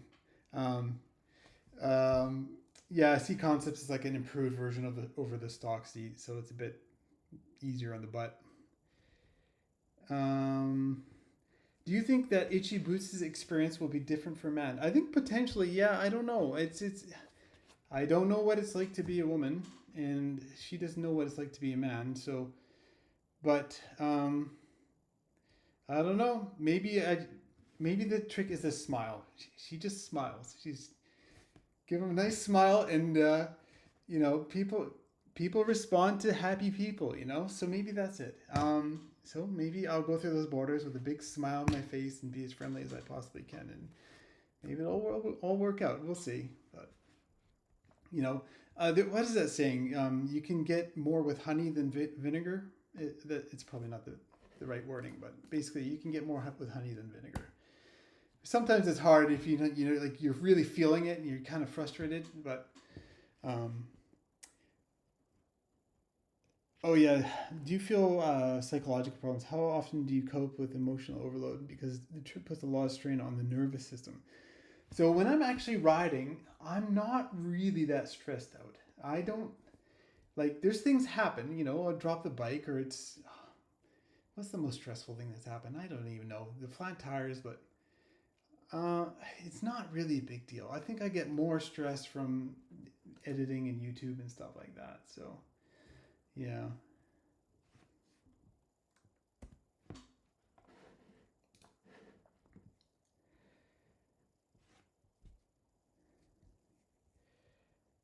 Um,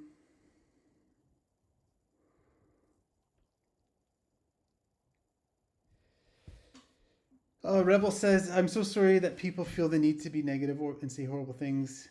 Never doubt yourself, and you're a good person living the life on your terms. This is your journey, and we support you.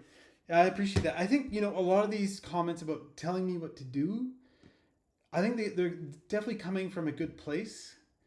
Um, I would just prefer it if it was more worded as a question, like, oh, have you considered the clutch cable or whatever, instead of you need to fix that clutch cable, that kind of thing. Um, it's a lot nicer, if you ask a question than just tell someone something. I think so, and I think that it helps a lot if it's a question versus an order. Um, let's see. Let's see here.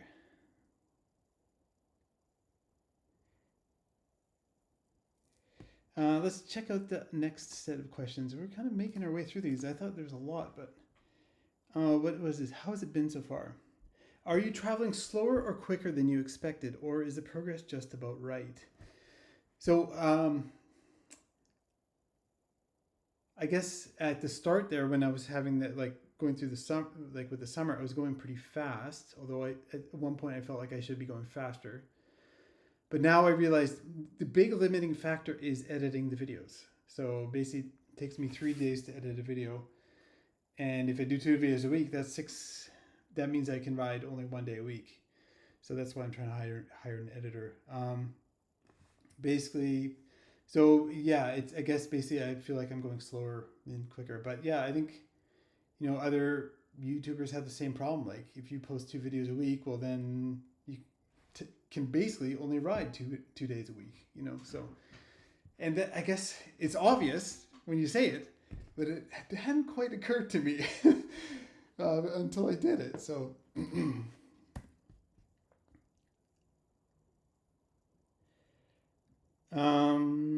What has been the scariest part of your journey? I don't know what has been the scariest part. I'm not sure. I think maybe just traffic. That lady almost rear-ended me in Fairbanks. Like if someone rear-ended me, that would end that motorcycle pretty fast, and it could end me too. And the problem with getting rear-ended on it, like a touring bike with that case on the back or anything on the back, is that when someone rear-ends you, the bike is going to go forward, and you're going to stay there. So the bike's going to smash into you. That case is going to hit you. So I do worry about that. And so, like, whenever I'm stopping, I always look um, into my mirrors. Someone sent me a message. Just want to make sure. Um, yeah, that was nothing.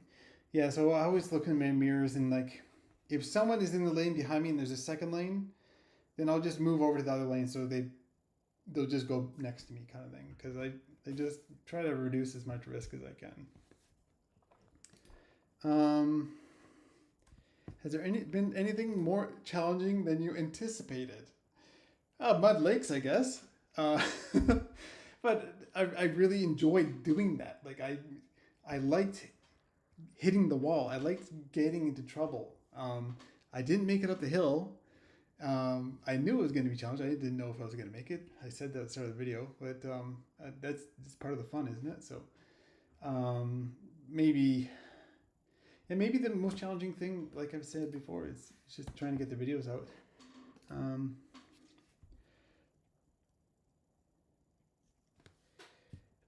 So someone says, why did you pick the KLX 300 over the Honda? I already talked about this a little bit.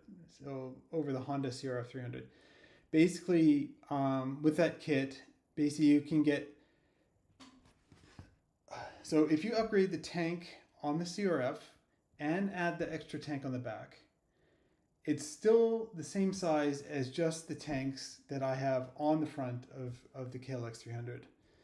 And then I don't have all the weight at the back. And yeah, so that was like the big deciding factor for me. So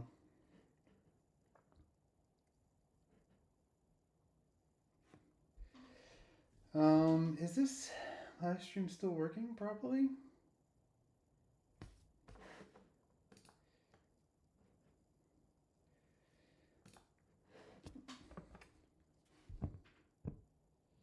Maybe just double check to make sure this live stream's working. Okay, it's good. Yeah, I'm worried that someone's trying to tell me something about the live stream because I have like a version of the live stream up here and it's like kind of delayed. I'm like wondering why. Okay. Any more questions? Are you planning? Okay, this is an interesting question, and I didn't get a question about this. Are you planning to go tubeless tires? Okay, so at the start of the trip, I started with tubeless tires. Now, I got some flack for not having a patch kit on with me on the bike, and I just had the tube, right? And it would make sense to have a patch kit, but if you're running tubeless, it makes more sense to have a plug kit, which I did have. So I did have a plug kit for the tubeless, but the problem is when you get a flat with tubeless, the tire goes off the rim. And basically you need a compressor to get that back on the rim, so you may as well just put a tube in. So that had occurred to me, but I didn't expect to get so many flats with a tube after. So yeah, anyways, that was a mistake on my part. I should have had patch kit, but I will kind of defend myself a little bit that I did have a plug kit for like a tubeless setup. So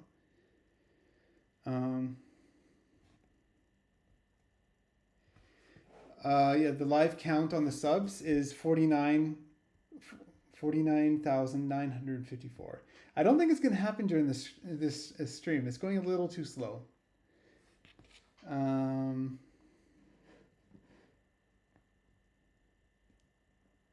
Do you still have the rock from Prudhoe Bay? Yes. Oh, you want to see it? Oh, I can show you the rock. Oh no, I'm not gonna show you the rock. I'm not. Well, maybe I can show you one side of the rock. Let me see if I can find it here.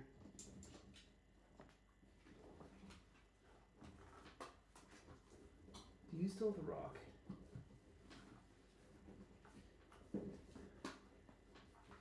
Sorry, everything's a bit of a mess right now, so. Ah!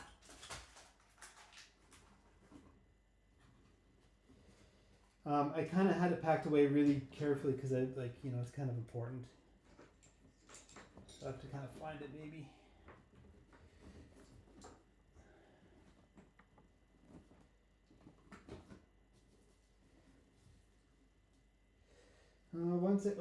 Did I find it? Oh, yeah. Okay, I have to, there's kind of spoilers on this rock, so. Okay. So there's the rock. Yeah. So I picked that up on the beach in Prudhoe Bay in the Arctic Ocean. And yeah, that's the rock. Oh, I'm getting more messages. Okay. Sorry, I just want to make sure it's. It says you were live on YouTube. Am I not live anymore?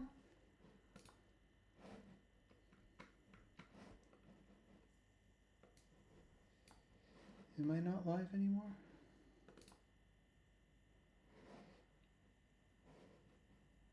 I think I'm still live, right, guys?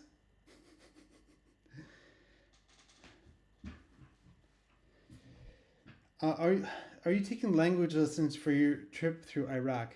How will you understand road checkpoints with just English? Yeah,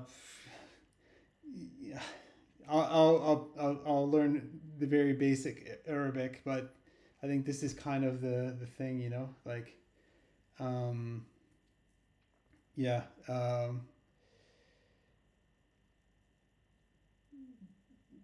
Yeah, I think the problem, like, I think the best thing I could do for myself is to learn Spanish or French, because there's so many countries that speak those languages. But for the route I'm doing, pretty much every country I go through is going to have a different language in it. So, yeah. Oh yeah, Quinn's question. What do you expect to What did you expect to be challenging that hasn't been so far, and what did you expect to be easy that ended up being more challenging than you thought? I don't know. Basically, maybe the editing side is the most difficult side, I would say.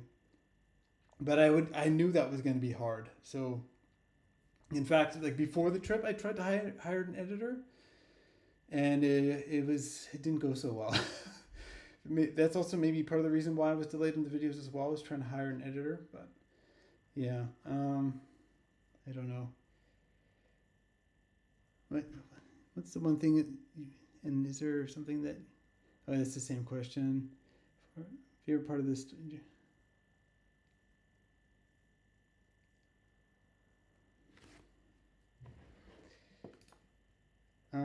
Let's see. Someone sees the toe behind me. the ghost of the toe. Okay, let's go into this next little section here. Yeah, my friend Dustin, he's watching right now. He's like texting me, "Hey, you're doing a live stream. That's so cool." I'm like, "Yeah, I'm reading your message right now, Dustin. Thanks for the message."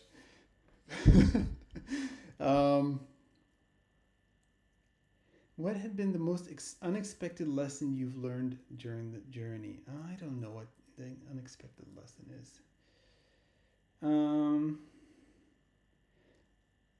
I don't know. Maybe not a lesson, but maybe I just didn't know how much I was going to enjoy it. Maybe that's the most unexpected thing. It's fun. I like traveling. Going on a motorbike. Vroom vroom. Has this adventure changed your life in any way, good or bad? It's changed it for mostly the positive, but I'm also working really hard. What's been the most fulfilling part of? There's another one.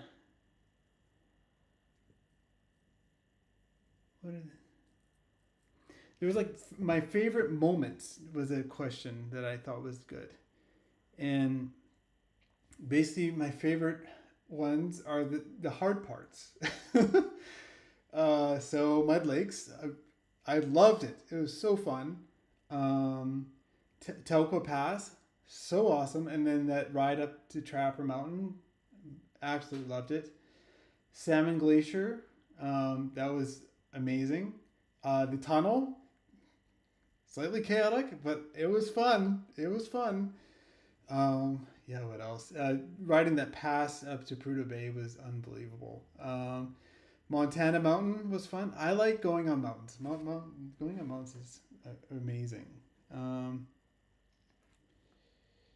there's one question. How will I get to Europe? Well, there's only two ways, really. I can put the bike on a boat or I can put it on a plane. So, yeah, I don't know which one's going to be, but it's going to be one of them. Um, um,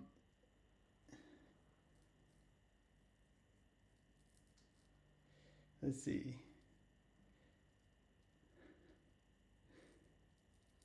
Dustin, Dustin R. That's not the right last name. um, yeah, what else are we doing here? How's how's the kit you putting on the KLX holding up? Yeah, it's good. It's basically had almost no problems. The only thing was the quick fuel connect. I think I put it in incorrectly, and I kind of broke it. So basically, well, it's fine. But what did I do? Oh yeah, I replaced the quick connect once. So there's a quick connect between the two tanks on the bottom, and I just replaced it once. That's it. Because I think I put it back in properly and then broke it. So, um,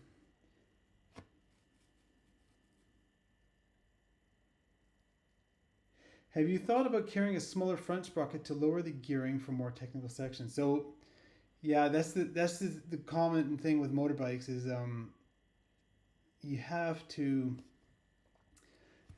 find the balance. So like I want the bike to be okay in the highway and also on the single track. And the problem is on the highway, it's revving at 7,000 RPM if I'm doing 110 kilometers an hour or whatever. But then if I'm going slowly, then it's sometimes I have to lug the engine or slip the clutch or whatever, right? So right now it's still the stock gearing pretty much. So yeah.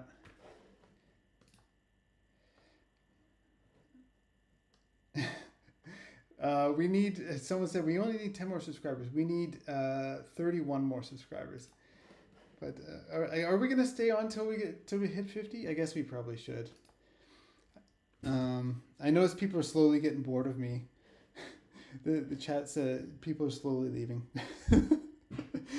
um, let's see what else. So end of the journey is when? Yeah, see, I don't really know. I guess I could kind of plan out. So I basically have to work around the seasons. I need to get to Australia in the winter. I need to get to try to be in the Middle East in the winter as well. So yeah, it's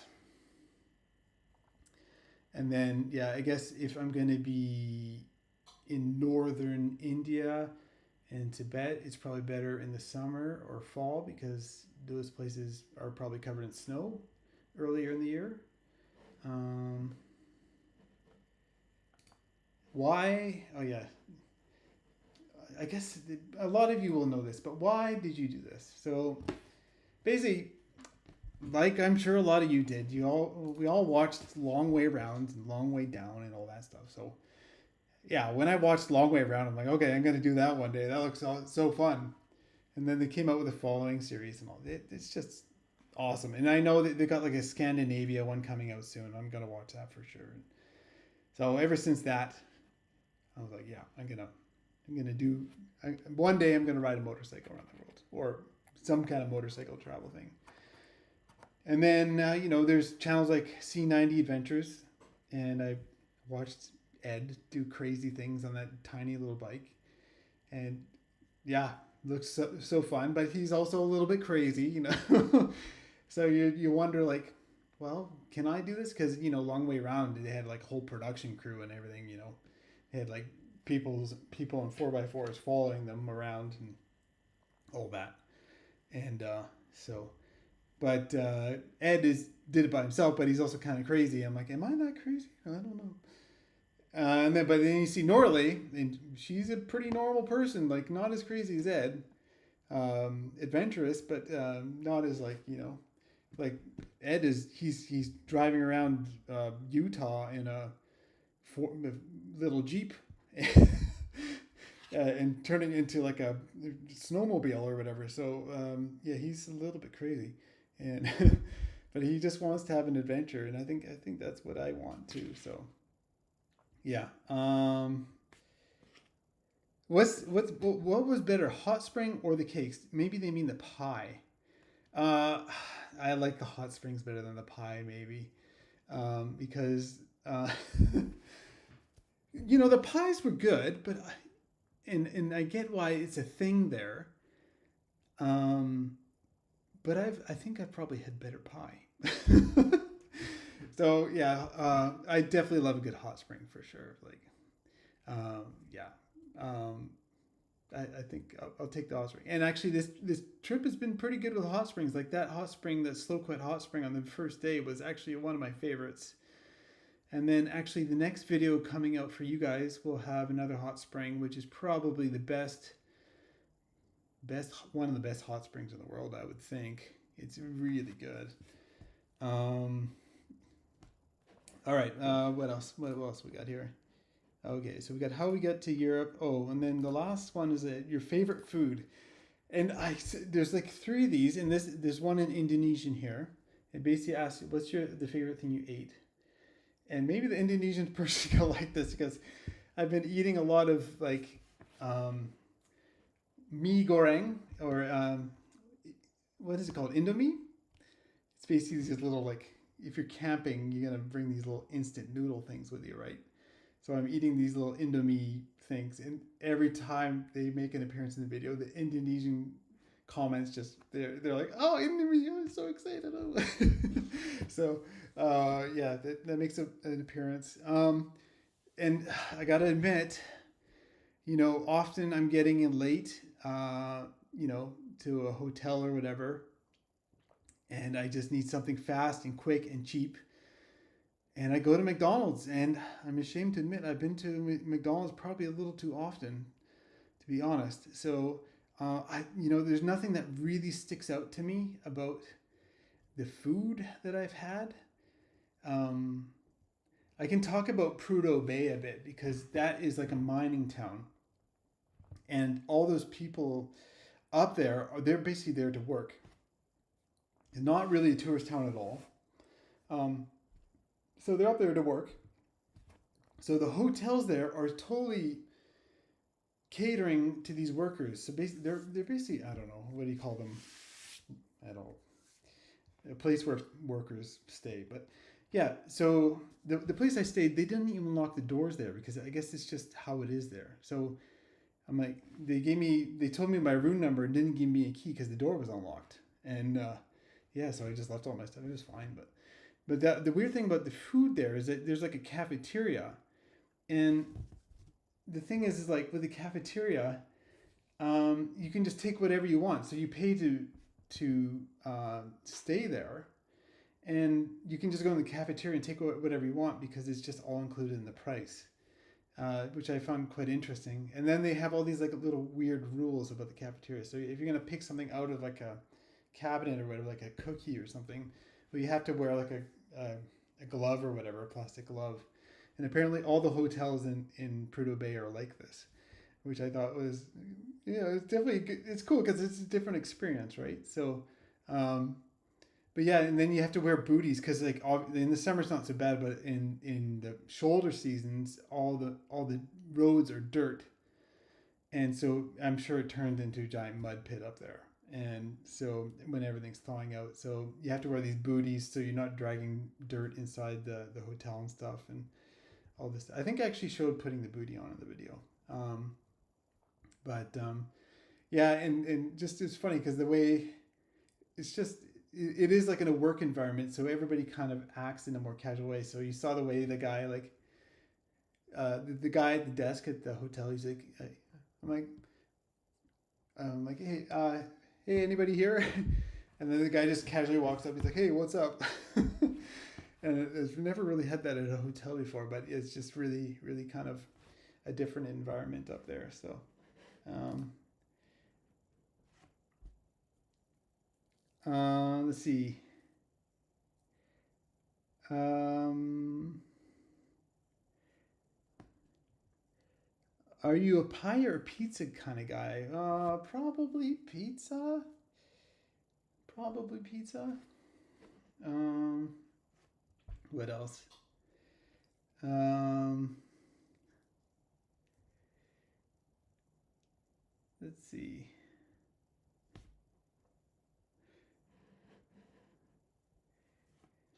I'm just looking for. Are you going to pass through Portugal? If you look at Europe and where Portugal is, like really on the one end, and it's pretty out of the way to go through Portugal, I think. So unless I fly into Portugal, I don't know, but it's I don't know about Portugal. I do want to visit one day. It seems pretty cool, but um, why not use a cheap dry bag inside your? Yeah, that's it had occurred to me. So what this Oliver says, why not use cheap dry bags inside your luggage for items like your sleeping bag? Yeah, it's probably a good idea. So basically, I just don't want to have a lot of stuff. But basically, my sleeping bag is in a compression thing. So do they make dry bags that work in compression things? I don't know. Let's see. What's the sub count at here? Oh, we're what is that? 21 away. 49,979. I may have started the live stream too soon. Can you talk a bit about budgeting for the round the world trip? I know, so we talked about this a little bit already. If you're just tuning in, we've talked about basically, I didn't budget at all. Basically, it's like, you know, I knew this was going to be my job. I knew doing the trip would be like the way I make money. So, and I also didn't want to kind of burden myself with that. And then I also live as cheaply as I thought. What about Switzerland? Well, I'd love to go through Switzerland. The thing is about Switzerland, it's kind of in the middle, and I kind of want to go south. But Switzerland is famous for its mountains, so maybe I don't know. Um, I guess if you wanted to get to Italy, you'd go through Switzerland. So yeah, maybe I'll go through Switzerland. I think Italy might be there might be a chance because my sister lives there. So um,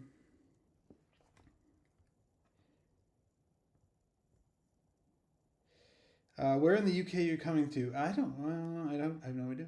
It's getting a little warm in here. Where in the UK are you coming through? I don't know.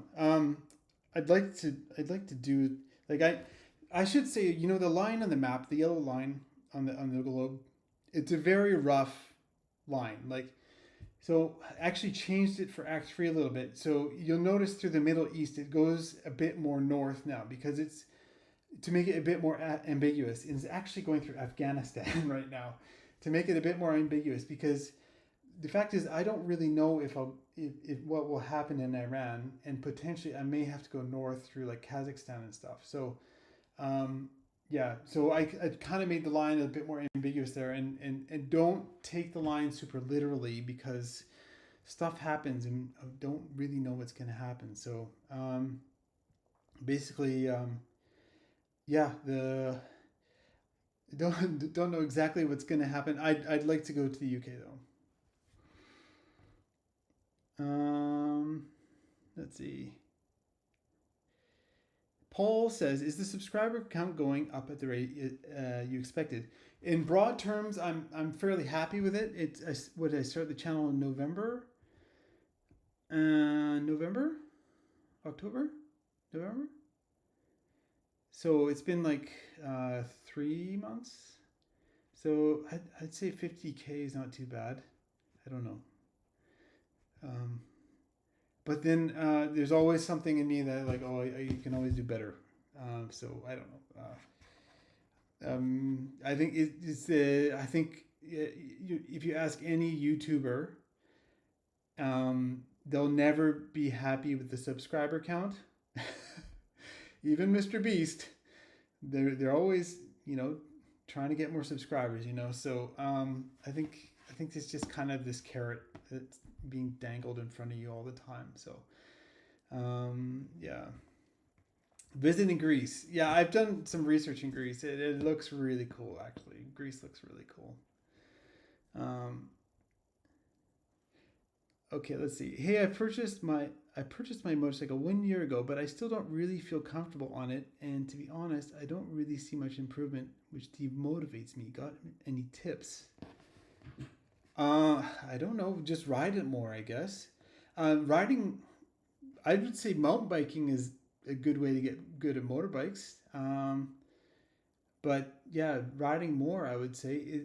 He didn't say if it was on road or off road, but yeah.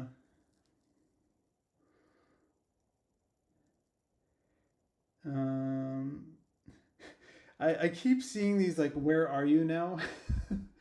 And I always, I kind of, I explained earlier why I don't say where I am. It's kind of like a privacy thing, but I also don't want to like spoil the whole thing. Cameron B says, "How did you make the map graphic on your intro?" Um, should I show that? Should I show that? Okay, maybe I'll show that. Let's see. So actually, I have a Mac, but I run Parallels Desktop. Oh, close this.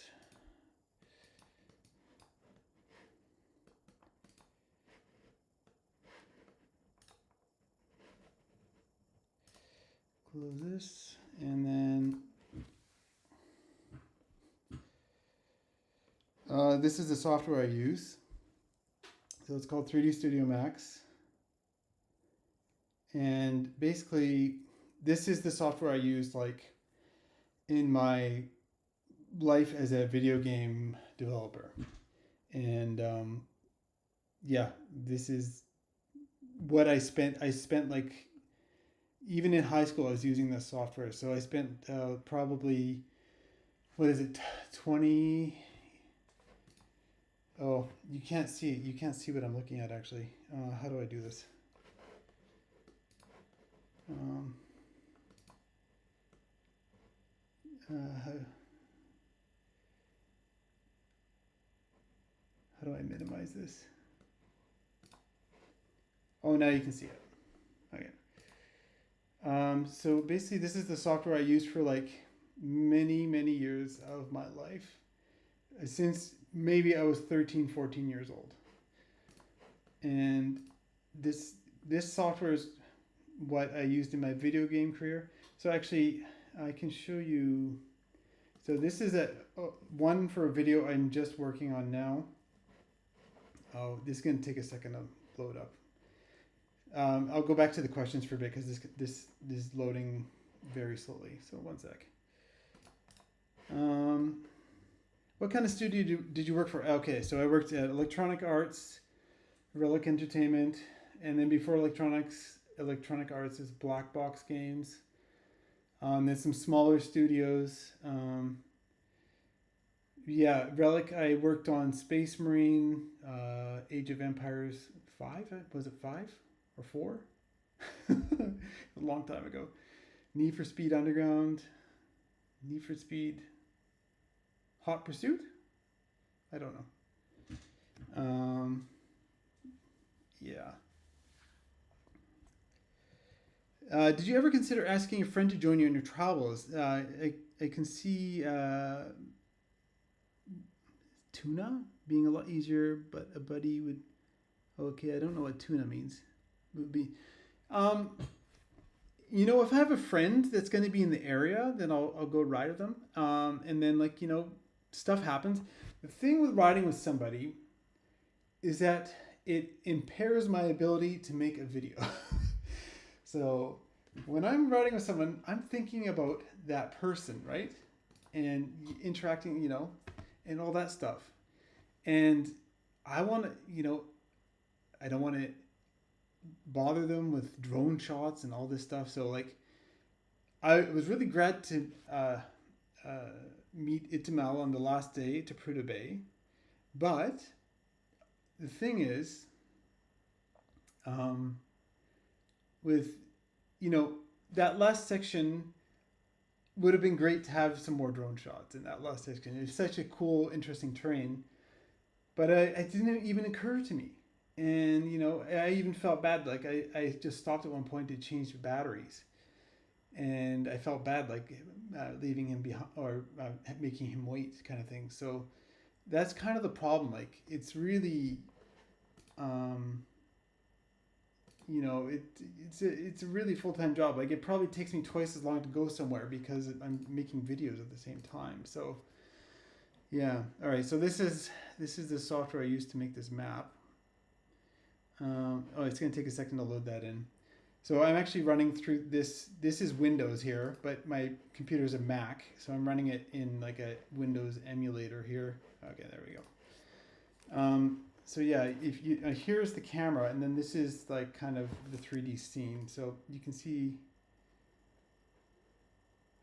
the whole thing kind of animating around the world, right?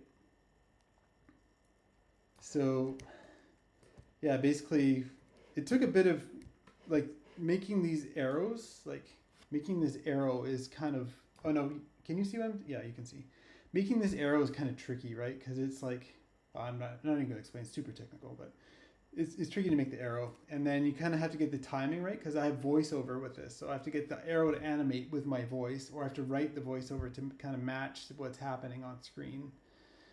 And then yeah, you zoom into Slope Point here in New Zealand, and then it pulls out, and then normally you'd have the text there, and then it zooms into my current location here. So that's the location of the video I'm working on. So that is, if you click on this, you can probably see it. Yeah, so the Dawson Creek there.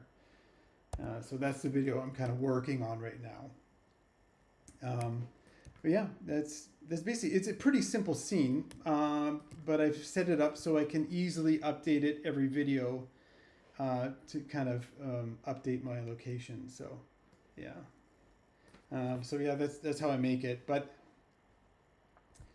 it does, like, I couldn't hand this off to somebody. I would have to hire someone who specializes in this program to do this for me if I wanted to do that. I couldn't just hand it off to anybody because it's quite complicated, all this stuff. So yeah.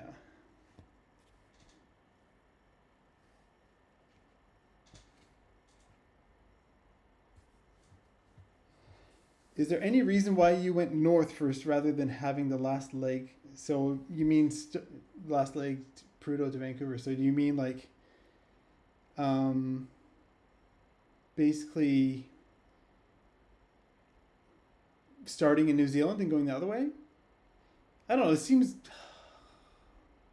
yeah, maybe I could call it long way home. I don't know. To me, it made more sense to go this way and ride across North America where everything's kind of comfortable. Like if I started in New Zealand, I would pretty much immediately have to ship the bike to Australia right away, and it would be starting in the deep end a little more than here. But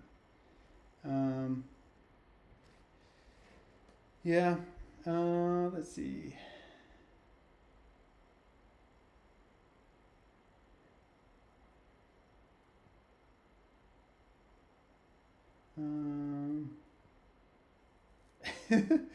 The man worked on Need for Speed games. That's my whole childhood. Wow.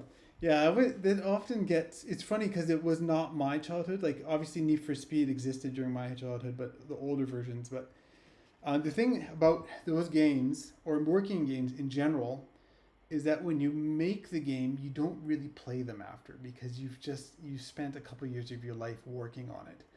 So you don't really not motivated to play it after you're done. So and then even after it's done, you're still working on it, kind of thing. So yeah, making all that stuff. Yeah. Um, how's the subscriber count looking? Yeah, I wonder. Can I show this to you guys? Oh yeah. Should I just get that on the screen? Oh yeah, there. There's the subscriber count. It's gonna take a little bit. It's been going really slow. You know, some days like I get a lot of views and then I get a lot of subscribers and then it kind of slows down. So um, I didn't. I was actually expecting this not to kind of make it to the live stream, but I don't know. If you guys want to hang around for 17 more people, then I guess we can wait. But yeah. Okay, ask more questions in the chat here. We need more. We need more because I didn't. I think I was going to get through all these, but I think we pretty much ran out. Um, um, maybe I'll talk about the toe shot a bit. I definitely had some mixed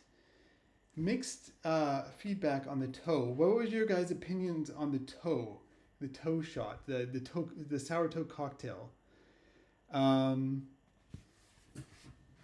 Because for me, there's it's kind of relatively well known in Canada, and the sour toe. Okay, Tom Scott, he is like the most straight edge guy on YouTube. I'm sure a lot of you guys know who Tom Scott is. He did a video about the sour toe. And then some other pretty like educational YouTubers have done the sour toe. And then, so I did it. Okay, obviously it's kind of gross, I agree. But then, yeah, I got a few comments and then I can see my unsubscribes happening. Like people like, oh, did not like the sour toe, unsubscribe. Like, oh, geez, like, oh. Where did they get the toes? So people actually, in their wills, they put it in their will that they're gonna donate their toes. So I don't know how it works, but people donate the toes.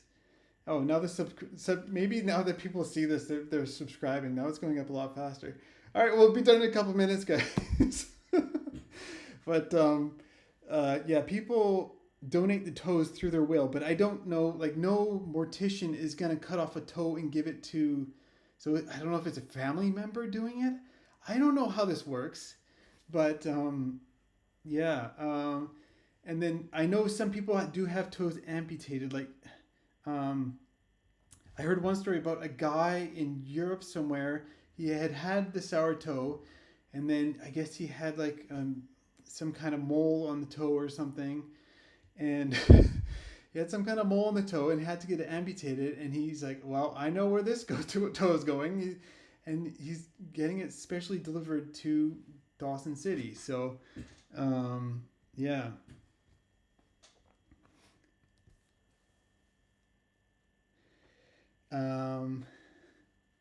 Yeah, Seaman.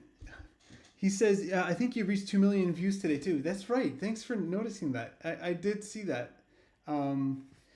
Yeah, it's pretty cool actually to have 2 million. Oh, we're getting close, guys.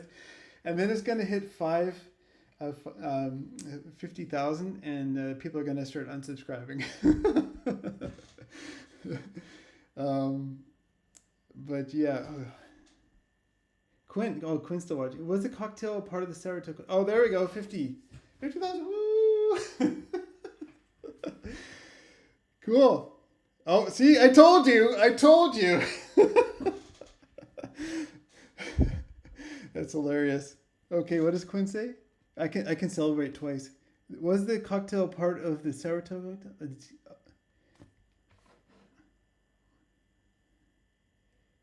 Tequila. It was whiskey, but I think you can choose your drink. Oh, now it's gone up. Sweet. It's like Mecca that for people that are into feet. It's hilarious. Oh, thanks for all the congrats, guys. Thanks for sticking around too, because I mistimed the stream a little bit, but yeah, I was here. Yeah. Oh, thank you very much, everybody. Appreciate that. It's hilarious. Someone unsubscribed though. Just gotta mess with me. So cool. That was fast. Yeah, it was. I think it's a good, good rate to get 50K. I think. Um, I did have a little bump with BCPOV. Told my viewers at BCPOV about this channel. I think I don't know how many came over.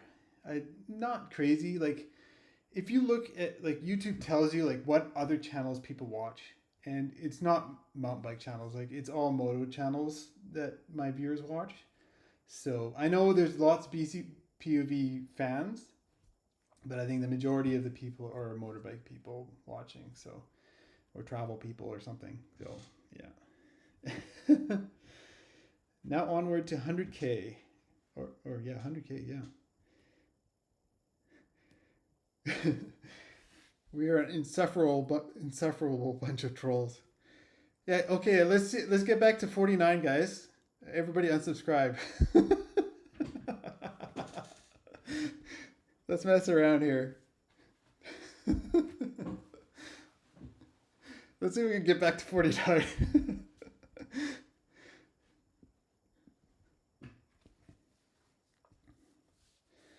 Let's see. Anything else? No, it's still going up. You guys need to unsubscribe.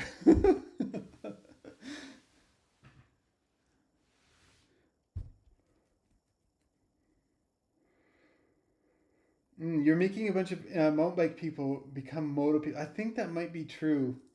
Oh, now you guys are doing it. I think there's a bit of a lag. There's a bit of a lag. Yeah, I think people. I have heard of a lot of motorbike people like considering, or people even saying, um, "Yeah, I want to get a motorbike, or I just got a bike." Oh yeah, we're at 49 again. Woo! All right, you can subscribe again.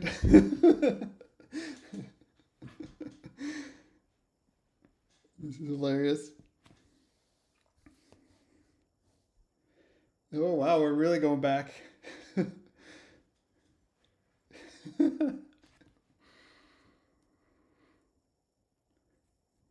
Cool. What else? Okay, we'll get back to 50 and then maybe we'll end the stream, I think. I saw something about a YouTube plaque. How many? So what happens at 50 subs? There's nothing happens at 50 subs. It's just only at 100 subs you get a plaque. At 50 is just a nice round number to celebrate at, really. And it's yeah, hang out with everybody and kind of celebrate it. So, oh yeah, we're gonna hit 50 again.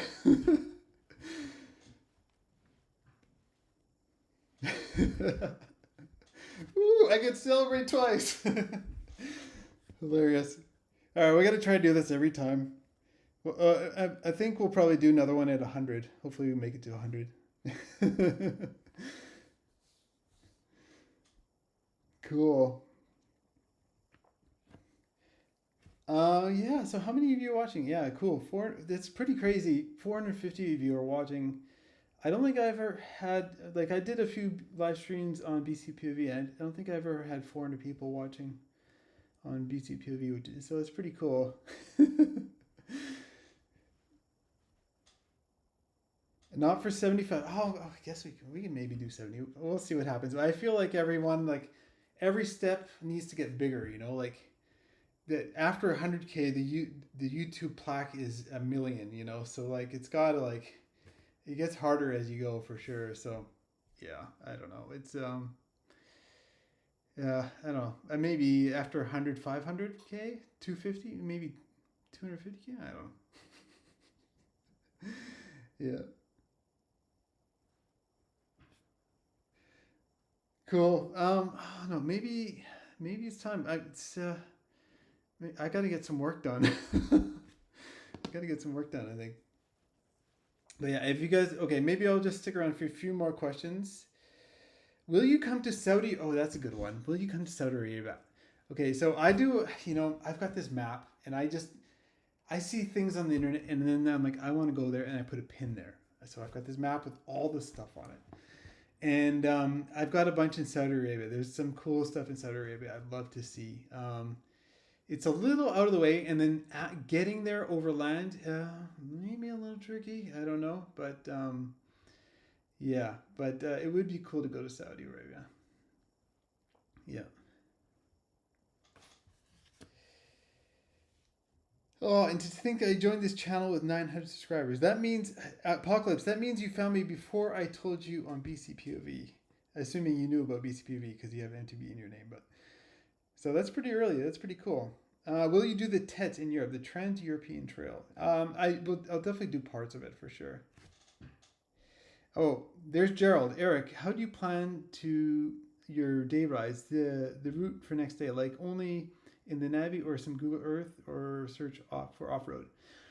Yeah, so basically, yeah, the night before, unless there's some broad goal, the night before I'll be like, um, start looking for gravel, basically, and I'll start drawing lines on the map and figure out like what the best route is. But then I've also got this map with all these pins on it, and I'll start looking at like what pins can I go visit tomorrow, and then yeah, so then I'll start going figuring out. And I have my pins kind of color coded, so like if I color code them blue, then I'm like, oh, I definitely want to go to that one. So, but yeah, then I'll just kind of organize, have a map, and then I'll kind of create a route to those pins, and then try to figure out the best way to get there and the most interesting way. And yeah, often they're not the fastest way. Like it's not really the point. I don't want to ride highway or whatever. So yeah, but yeah. Oh, any POIs in the Netherlands you want to visit? The tulip fields, old mills, anything? Yeah, the mills. So in Holland, I'm sure a lot of you know, Holland is famous for their windmills. And I've seen that they have Airbnbs inside these windmills. And I'd love to stay in an Airbnb inside one of these Dutch windmills. I think that would be really cool. Or it might be cool to go see a working one because a lot of them windmills. Okay, so Holland is filled with canals, so some of them were used to like move water, but others were also used to grind grain, I guess, make flour. And yeah, in fact, I remember going to one of these as a kid, and basically, yeah, we went to this working windmill and it was grinding flour, grinding grain. So yeah, that might be cool to do. Um, let's see, let's see. Um, um,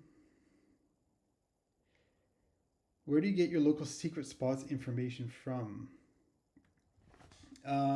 So, it's actually tricky now. So Facebook, like, there's a lot of great groups on Facebook, and it just comes in my feed, and there's like, oh, that's a pretty interesting place, and it just starts feeding me this stuff. Now the problem is like a lot of these pages start posting like AI images, like places that don't exist, or places that do exist, but it's the AI version of the image. So that makes it a bit tricky. But yeah, often Facebook, Reddit, even just looking at a map and just poking around, and I'll figure this stuff out. I saw another good question in here. Outside of Itchy Boots, who do you watch on YouTube? So I'll watch Adam Reeman. He did the Thailand series. I watch Mark Travels because he's kind of doing the route I'm doing a little bit. So I'm kind of watching how that's going. I'll watch a bit of Joe Ryan, a bit of Runa. Off she goes. Fort Nine. I'm sure everybody watches Fort Nine. And then like when I was researching, there's a lot of smaller channels. Like there was a channel that about a guy with a KLX 300. I forget his name. I'm sorry. Dork on the Road. When I was researching as well. What's the guy in California's name? He does a lot of reviews and he has a pretty decent sized channel. I forget his channel name.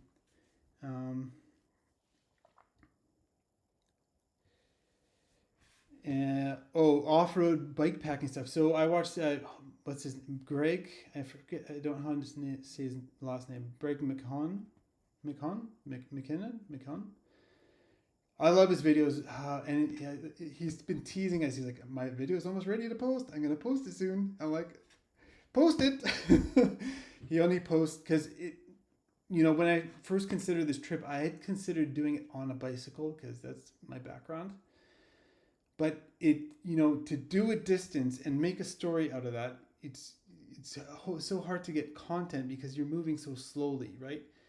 So, if I rode, to Prudhoe Bay, well, it'd probably take you like a week. And that, like, what happens during a week on your way to Prudhoe Bay? Well, I don't know, but yeah. Let's see. Oh, did I say Fortnite? Fortnine? Did I say Fortnite? Oh yeah, Big Rock Moto. That's it. Yeah, yeah. So I watched a bunch of his stuff when I was researching because it's like very informational stuff, right? And it's not something you would watch. Well, if you're really interested in motorbikes, you would watch continuously. But yeah. Um, are you going through Asia at all? Well, yeah. On the map, it shows I'm going through Indonesia. I'm going through a lot of Asia, but not Japan. Be amazing to go to Japan though. Let's see. What else?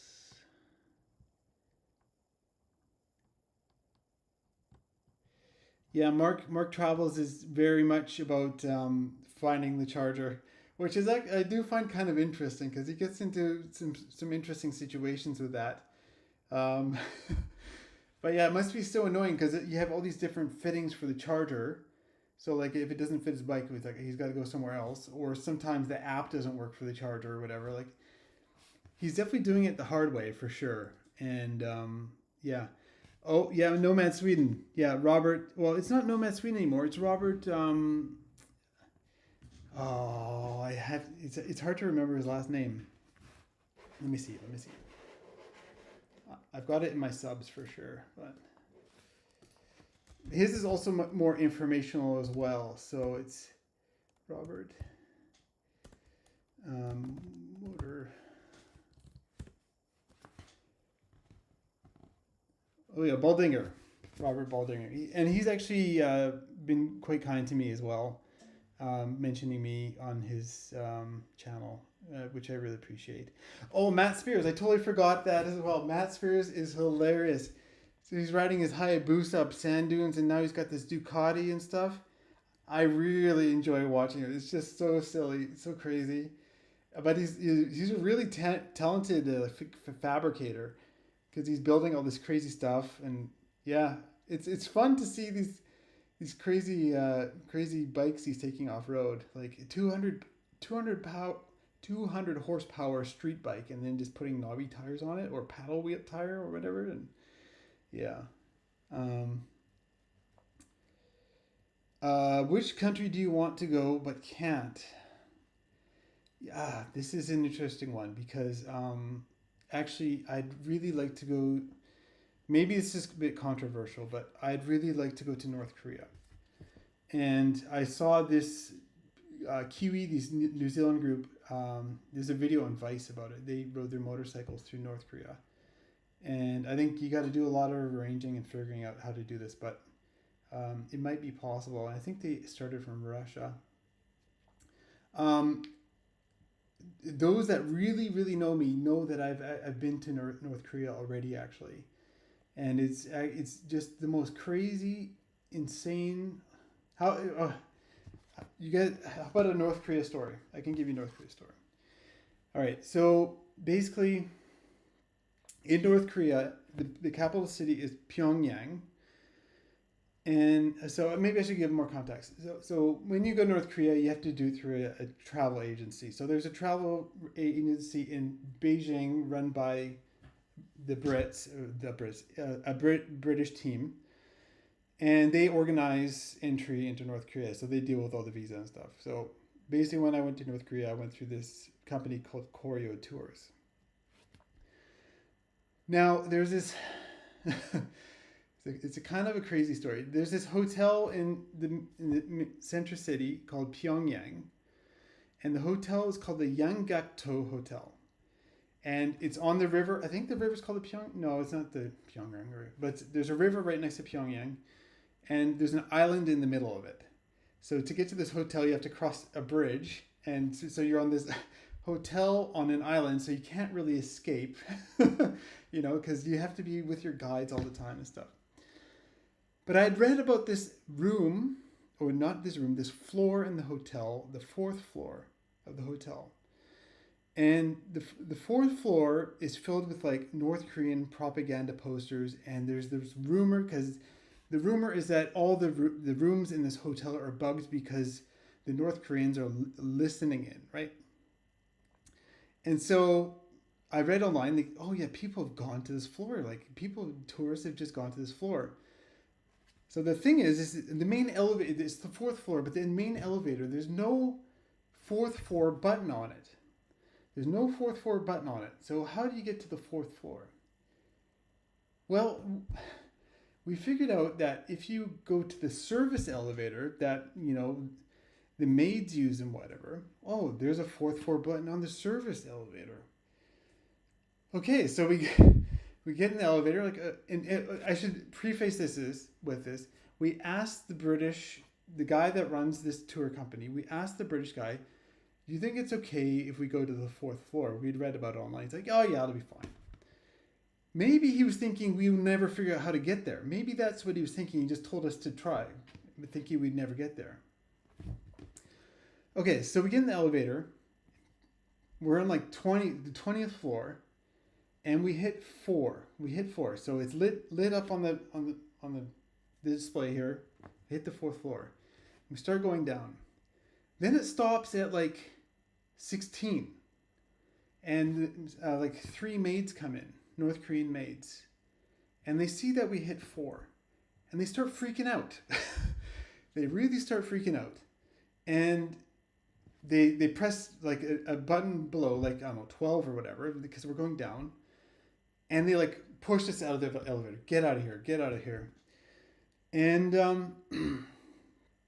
so then we're like, oh wow, that was weird, ooh, a little disturbed. And then we're like, okay, I guess we better go back to our room. So we go back up to whatever, 20 or whatever on the normal elevator. And then we get a call. Get a call from the guides, which are downstairs. And they ask, what you were you trying to get to the 4th floor? And we're like, well, we were trying to. I made something up, right? Because there's a tailor in the hotel. There's a tailor and a hairdresser. So we're like, oh yeah, we're just trying to find the tailor, the hairdresser, because it's a little above the lobby or whatever. And we just kind of stuck to that story. And then later we meet them in the lobby, and they're just a little bit still kind of asking us about it. And it's kind of bad because we had these guides were so kind to us. And the problem is that you don't get in trouble. It's the guides that get into trouble, right? So we felt so bad because it was the last day, and we were getting on the train to leave North Korea, and we felt so bad. We said, so we tipped them as well as we could, and we just oh, we're so sorry about that. We just didn't want them to be in any trouble or whatever. And then, then we left North Korea. Okay, so now this is where it gets really, really scary. A couple years later, an American does the same thing. But he gets to the 4th floor. And he gets apprehended by the North Koreans. And he is basically put on trial. I think part of it is because he was American, and they were basically saying that he was trying to steal one of the posters or whatever, one of the propaganda posters. Now they never really provided any proof of this, and but yeah, so he was trying to take one of these posters. The funny thing is, in North Korea, they're going to take you to gift shops where you can buy these posters. I own some of these posters. I bought some of these posters. Now, the thing is they destroyed him, because when he came back to America, he was brain dead, and basically passed away in the States. So this is maybe it's not the best story to finish this live stream on, but you know, at the time we already felt bad about it, and then a couple years later, when we heard about this guy that did this same thing we were trying to do, we're like, oh my god, like, wow, this is crazy. So, um, yeah, it's and we can. I got a lot more North Korean stories as well because that it's a really intense, crazy place, but really interesting. But yeah, that's maybe my craziest one. That one because of how it turned out a few years later. Um, but yeah, I guess I think it was probably he was probably targeted because he was American. I'm Canadian, so it probably not as big a deal. But yeah, it's really scary. Yeah, yeah. So way to bring up the mood. Oh, uh, oh, what is Quinn saying? Oh, Otto. Yeah, Otto. Yeah, I thought he was talking about an old coworker of ours. Yeah, that was. I think that was him. Yeah.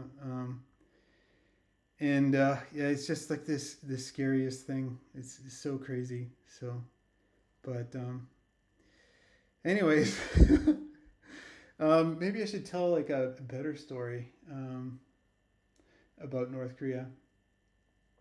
Basically, everybody was there was very friendly to us, very curious. They were really you know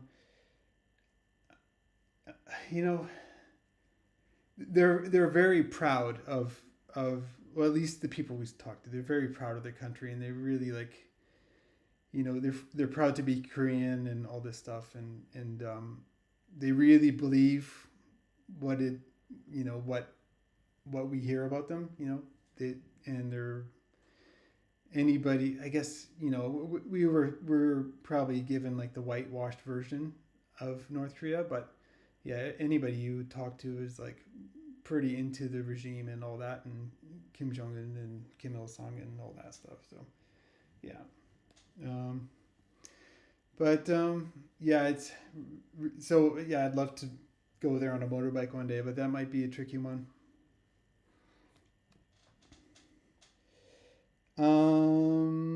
The train took us to what's it called, Dandong. It's just into China. So you just cross. The train ride is actually super fascinating because it shows you kind of more the real Korea because you get a little bit whitewashed when you're on in the tour in the van or whatever, but the train just goes by whatever is in Korea.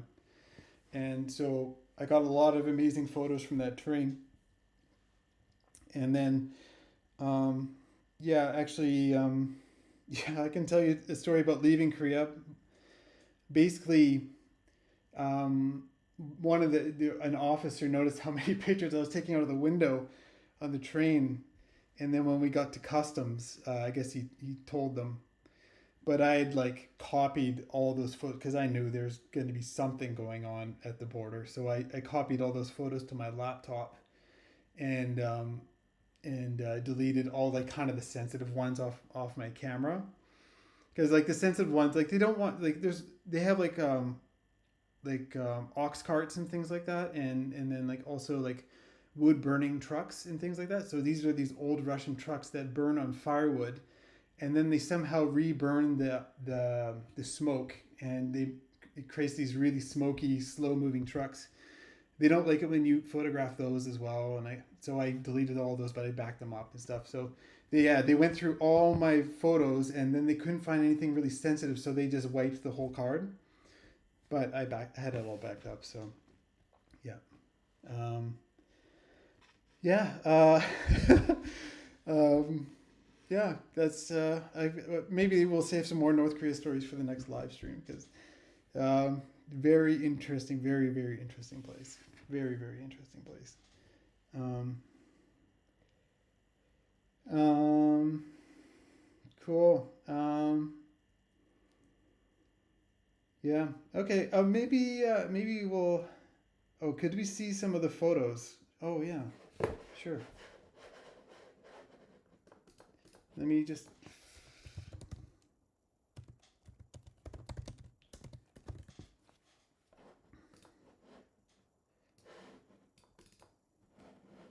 Okay, let me. So this is actually like an abandoned theme park in China. Let me see if I can find. Oh, I have so many North Korean photos. I don't know how much you want to see, but yeah, you can see already here. Here, I'll just open a bunch up. Um, okay, so this is the mass games in North Korea. So this is like a human LCD screen. So like everybody's holding a card here. I hope you guys can see this. Everybody's holding a card here, and they all like they can flip the card to change the color. So I think if you look here, yeah, you can see they're starting to flip them here. And basically, they're just making images with these cards, and there's like you know, I don't know, got to be 1,000 people in there. Oh yeah, you can see a zoomed out version there, and then they can create these images using these cards. So it's called the mass games, and it's, you know, there's more people in the show than there is actually watching. Like you got tourists there and you got some local people watching, but there's more people actually in the show than there is watching, and it's pretty unbelievable, to be honest. Like it's this craziest thing. Yeah, look at this. This is an LCD screen here, essentially, but it's filled with people, and yeah, it's look at this. It is just now I'm getting like flashbacks to being there. It's and yeah, lots of kids participating. A lot of these kids are very, very, very talented. Um, yeah, if you look up my username on Flickr is DutchCT. I got some old photos of there if you want to look at it yourself. But maybe we'll just go to the next one. This is Pyongyang. So they do have a lot of smog, and then they also have. Oh, why is this loaded so weird? They do have a lot of smog there, and then also they have these blackouts. So often you get a really dark looking city. Like you can see here, like the lights are not on, and so you get a really dark city at night. It creates these like Blade Runner type photos. This hotel is famous because they built it to kind of be a showpiece, but then it sat empty for years and years. I think they finally finished it, but it sat empty for years and years. And then this is kind of like the, I don't know, central, like I think you'll, if you watch those like parades going through Pyongyang, you'll see like Kim Jong Un standing at this point, and I actually stood there too. Maybe I'll find a photo of that later. Yeah, okay. Here's Pyongyang during the day. Yeah, you got a lot of these Soviet style like monuments. Absolutely fascinating. Absolutely fascinating. And yeah, we went bowling. We went bowling. You can go bowling in Pyongyang. Um, yeah, it is, and that is Kim Il Sung. That's like, I guess, the original leader of North Korea, and I guess he was in charge when the Korean War was going on. Um, yeah, so this is the DMZ. So this is the border between the South and North Korea, and so you can basically go into this hut and you can actually walk inside the hut, walk into South Korea. They won't let you out the other door, but you can walk into South Korea and then walk back into North Korea, and then they give you like a little bit of a tour. The highways, they're massive and basically completely empty. Um,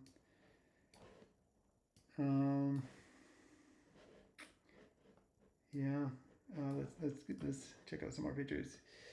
Yeah, you get these like kind of pop up like little stores, but they're really just for the occasional tourist that comes through. They'll take you to like a little preschool, and it's cute, but you can tell the kids are like a little thin. Um, this is like the Korean, like North Korean flower. Every house will have like one of these flowers in it. They'll also have photos of Kim Jong Un inside. Maybe all three. Maybe they'll have all three. And yeah, so. Um, but yeah, I guess this is one of the hotels. I think this is in what's it called? It's near the coast. Near the coast. Hamhung, maybe in Hamhung. And then yeah, you go. man, these kids are so talented. Like, you see these kids dancing and with the violin and stuff. Here, maybe I'll move this chat over. And then I think this instrument is called the kaigum. It's a really cool instrument. When you hear this, like, there's a clip on YouTube of a North Korean girl just absolutely thrashing one of these. And every once in a while, YouTube knows I like this clip, and it shows it to me again. I'm like, man, she is absolutely thrashing that thing. But Taekwondo. Oh yeah, this girl. I actually have a clip of this girl spinning. Let me see if I can show you. Let me see.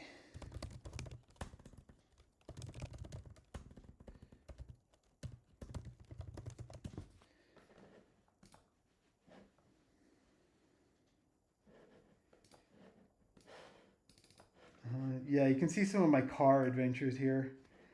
Oh, here's the digital. Oh no, here, this is it.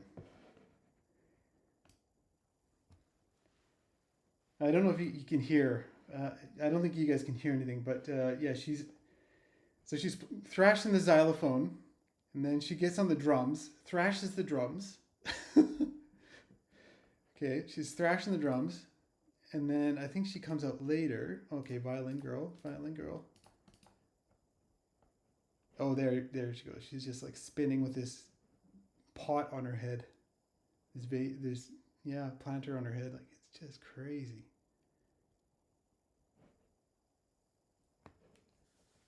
Yeah. I don't think I can give you audio. Well, maybe I can. What if I do this? Black hole?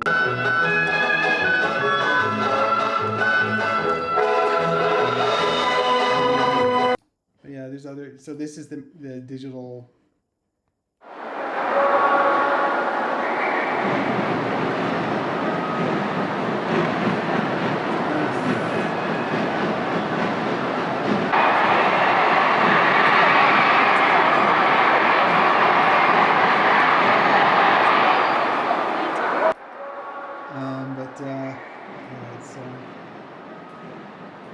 It's definitely the most interesting, stimulating place I've ever traveled to, by far.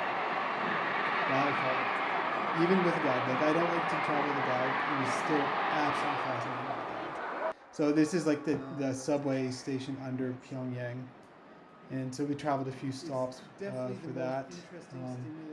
And it's like really deep because they use it as a bomb shelter just in case something happens. Like, you go down forever on these escalators. So this is like the subway station under Pyongyang. And so we traveled a few. Yeah, you can kind of see like this is very like Soviet style like housing. Really deep. I would love to see inside one of those apartment blocks. I would love to, but we never got to. You go down forever on these escalators. But oh yeah, this is one of the the favorite photos I'd ever taken. Yeah, you can kind of see like this girl walking into the street. So we just watched the military parade, and she just walked right in front of me, and I was just like, what an amazing moment. Yeah. But yeah, there's this military. Oh, maybe do I have footage of that? Did I close my window already? This girl walking into the street. So we just maybe I did. I think I have footage of that parade. And she just walked right in front of me. But here you go. Let me get that up for you. What an amazing moment. Yeah. But yeah, there's this military. Oh, maybe do I have footage of that? Did I close my window already? This girl walking into the street. So we just maybe. Oh yeah, I think I have footage of that parade. And she just walked right in front of me. But let me get. So yeah, it's really all old Soviet stuff. And it's crazy right now because the North Koreans are fighting Russia.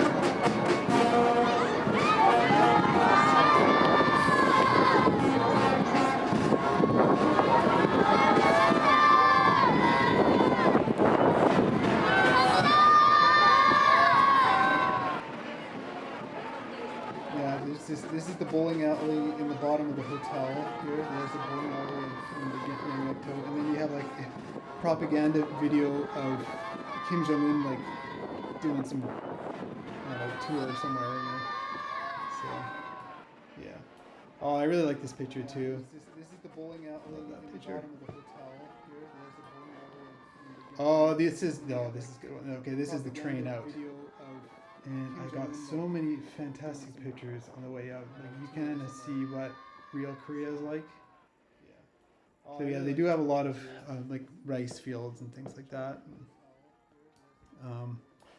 People kind of bathing in the creek and doing whatever in the creek.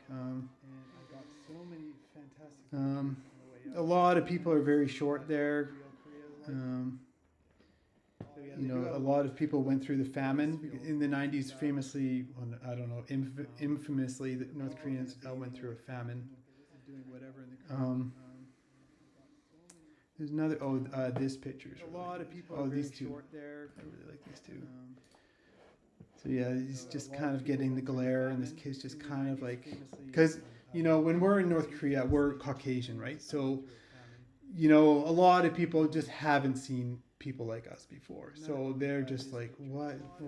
Yeah, you're just really fascinated, but also just kind of, Caucasian is also associated with the enemy and things like that in North Korea. So people are definitely curious and fascinated, but never really felt in danger. Yeah. Really fascinated, but also just kind but yeah, I imagine if they're taking the train, they're associated with the enemy and things like that in North Korea. They're kind of probably fairly affluent within North Korea. People are definitely curious and fascinated, but never. But yeah, I see you got the cart, the oxen cart kind of thing going on. This is one of those like wood burning trucks. It's not running, but it's. It might not be. Might not be. Probably fairly affluent. But but yeah, I see you got the cart, the oxen cart kind of thing going on. This is one of those like wood burning trucks. It's not running, but it's. Yeah. And then this is Dangdong, so that's back in China. So it's quite a difference already. Like once you get to the station in China, like. So yeah, and then these are the Korean posters you can buy. They're all like associated with the military and stuff. Even like, and then this lady's playing with toys, but they're rockets and stuff. So it's quite a difference already. And then you could get their currency and things like that. So yeah. And then these are. Yeah. Okay. Well, maybe we'll end it there. If you want to look, you can just look up Dutch CT on Flickr, and you can find it out. Check things out. So yeah. Ladies playing with toys, but they're rockets. Cool. How many of you are still watching this? Maybe I've just alienated everybody now. Yeah. Okay. Well, maybe we'll end it there. If you want to look, you can just look up Dutch CT on Flickr, and you can find it out. Oh yeah, I think a lot of people left already. Okay. Yeah. Cool. How many of you? Eric has just entered his own bubble. Yeah, definitely. Cool. Is it super loud? Sorry about that. I didn't know that. Oh yeah, I think a lot of people. Oh, multiple audio on the stream. Sorry about that. Hopefully it wasn't too bad. Oh, I think it's okay. Hopefully it's better. Okay. Yeah. Sorry about that. Hopefully it wasn't too bad for too long. I wasn't paying attention to the chat. I was just looking at those pictures. So. Okay. I think I'll head off, get some work done. Thank you everybody for coming out. I really appreciate it. Thank you for watching the channel.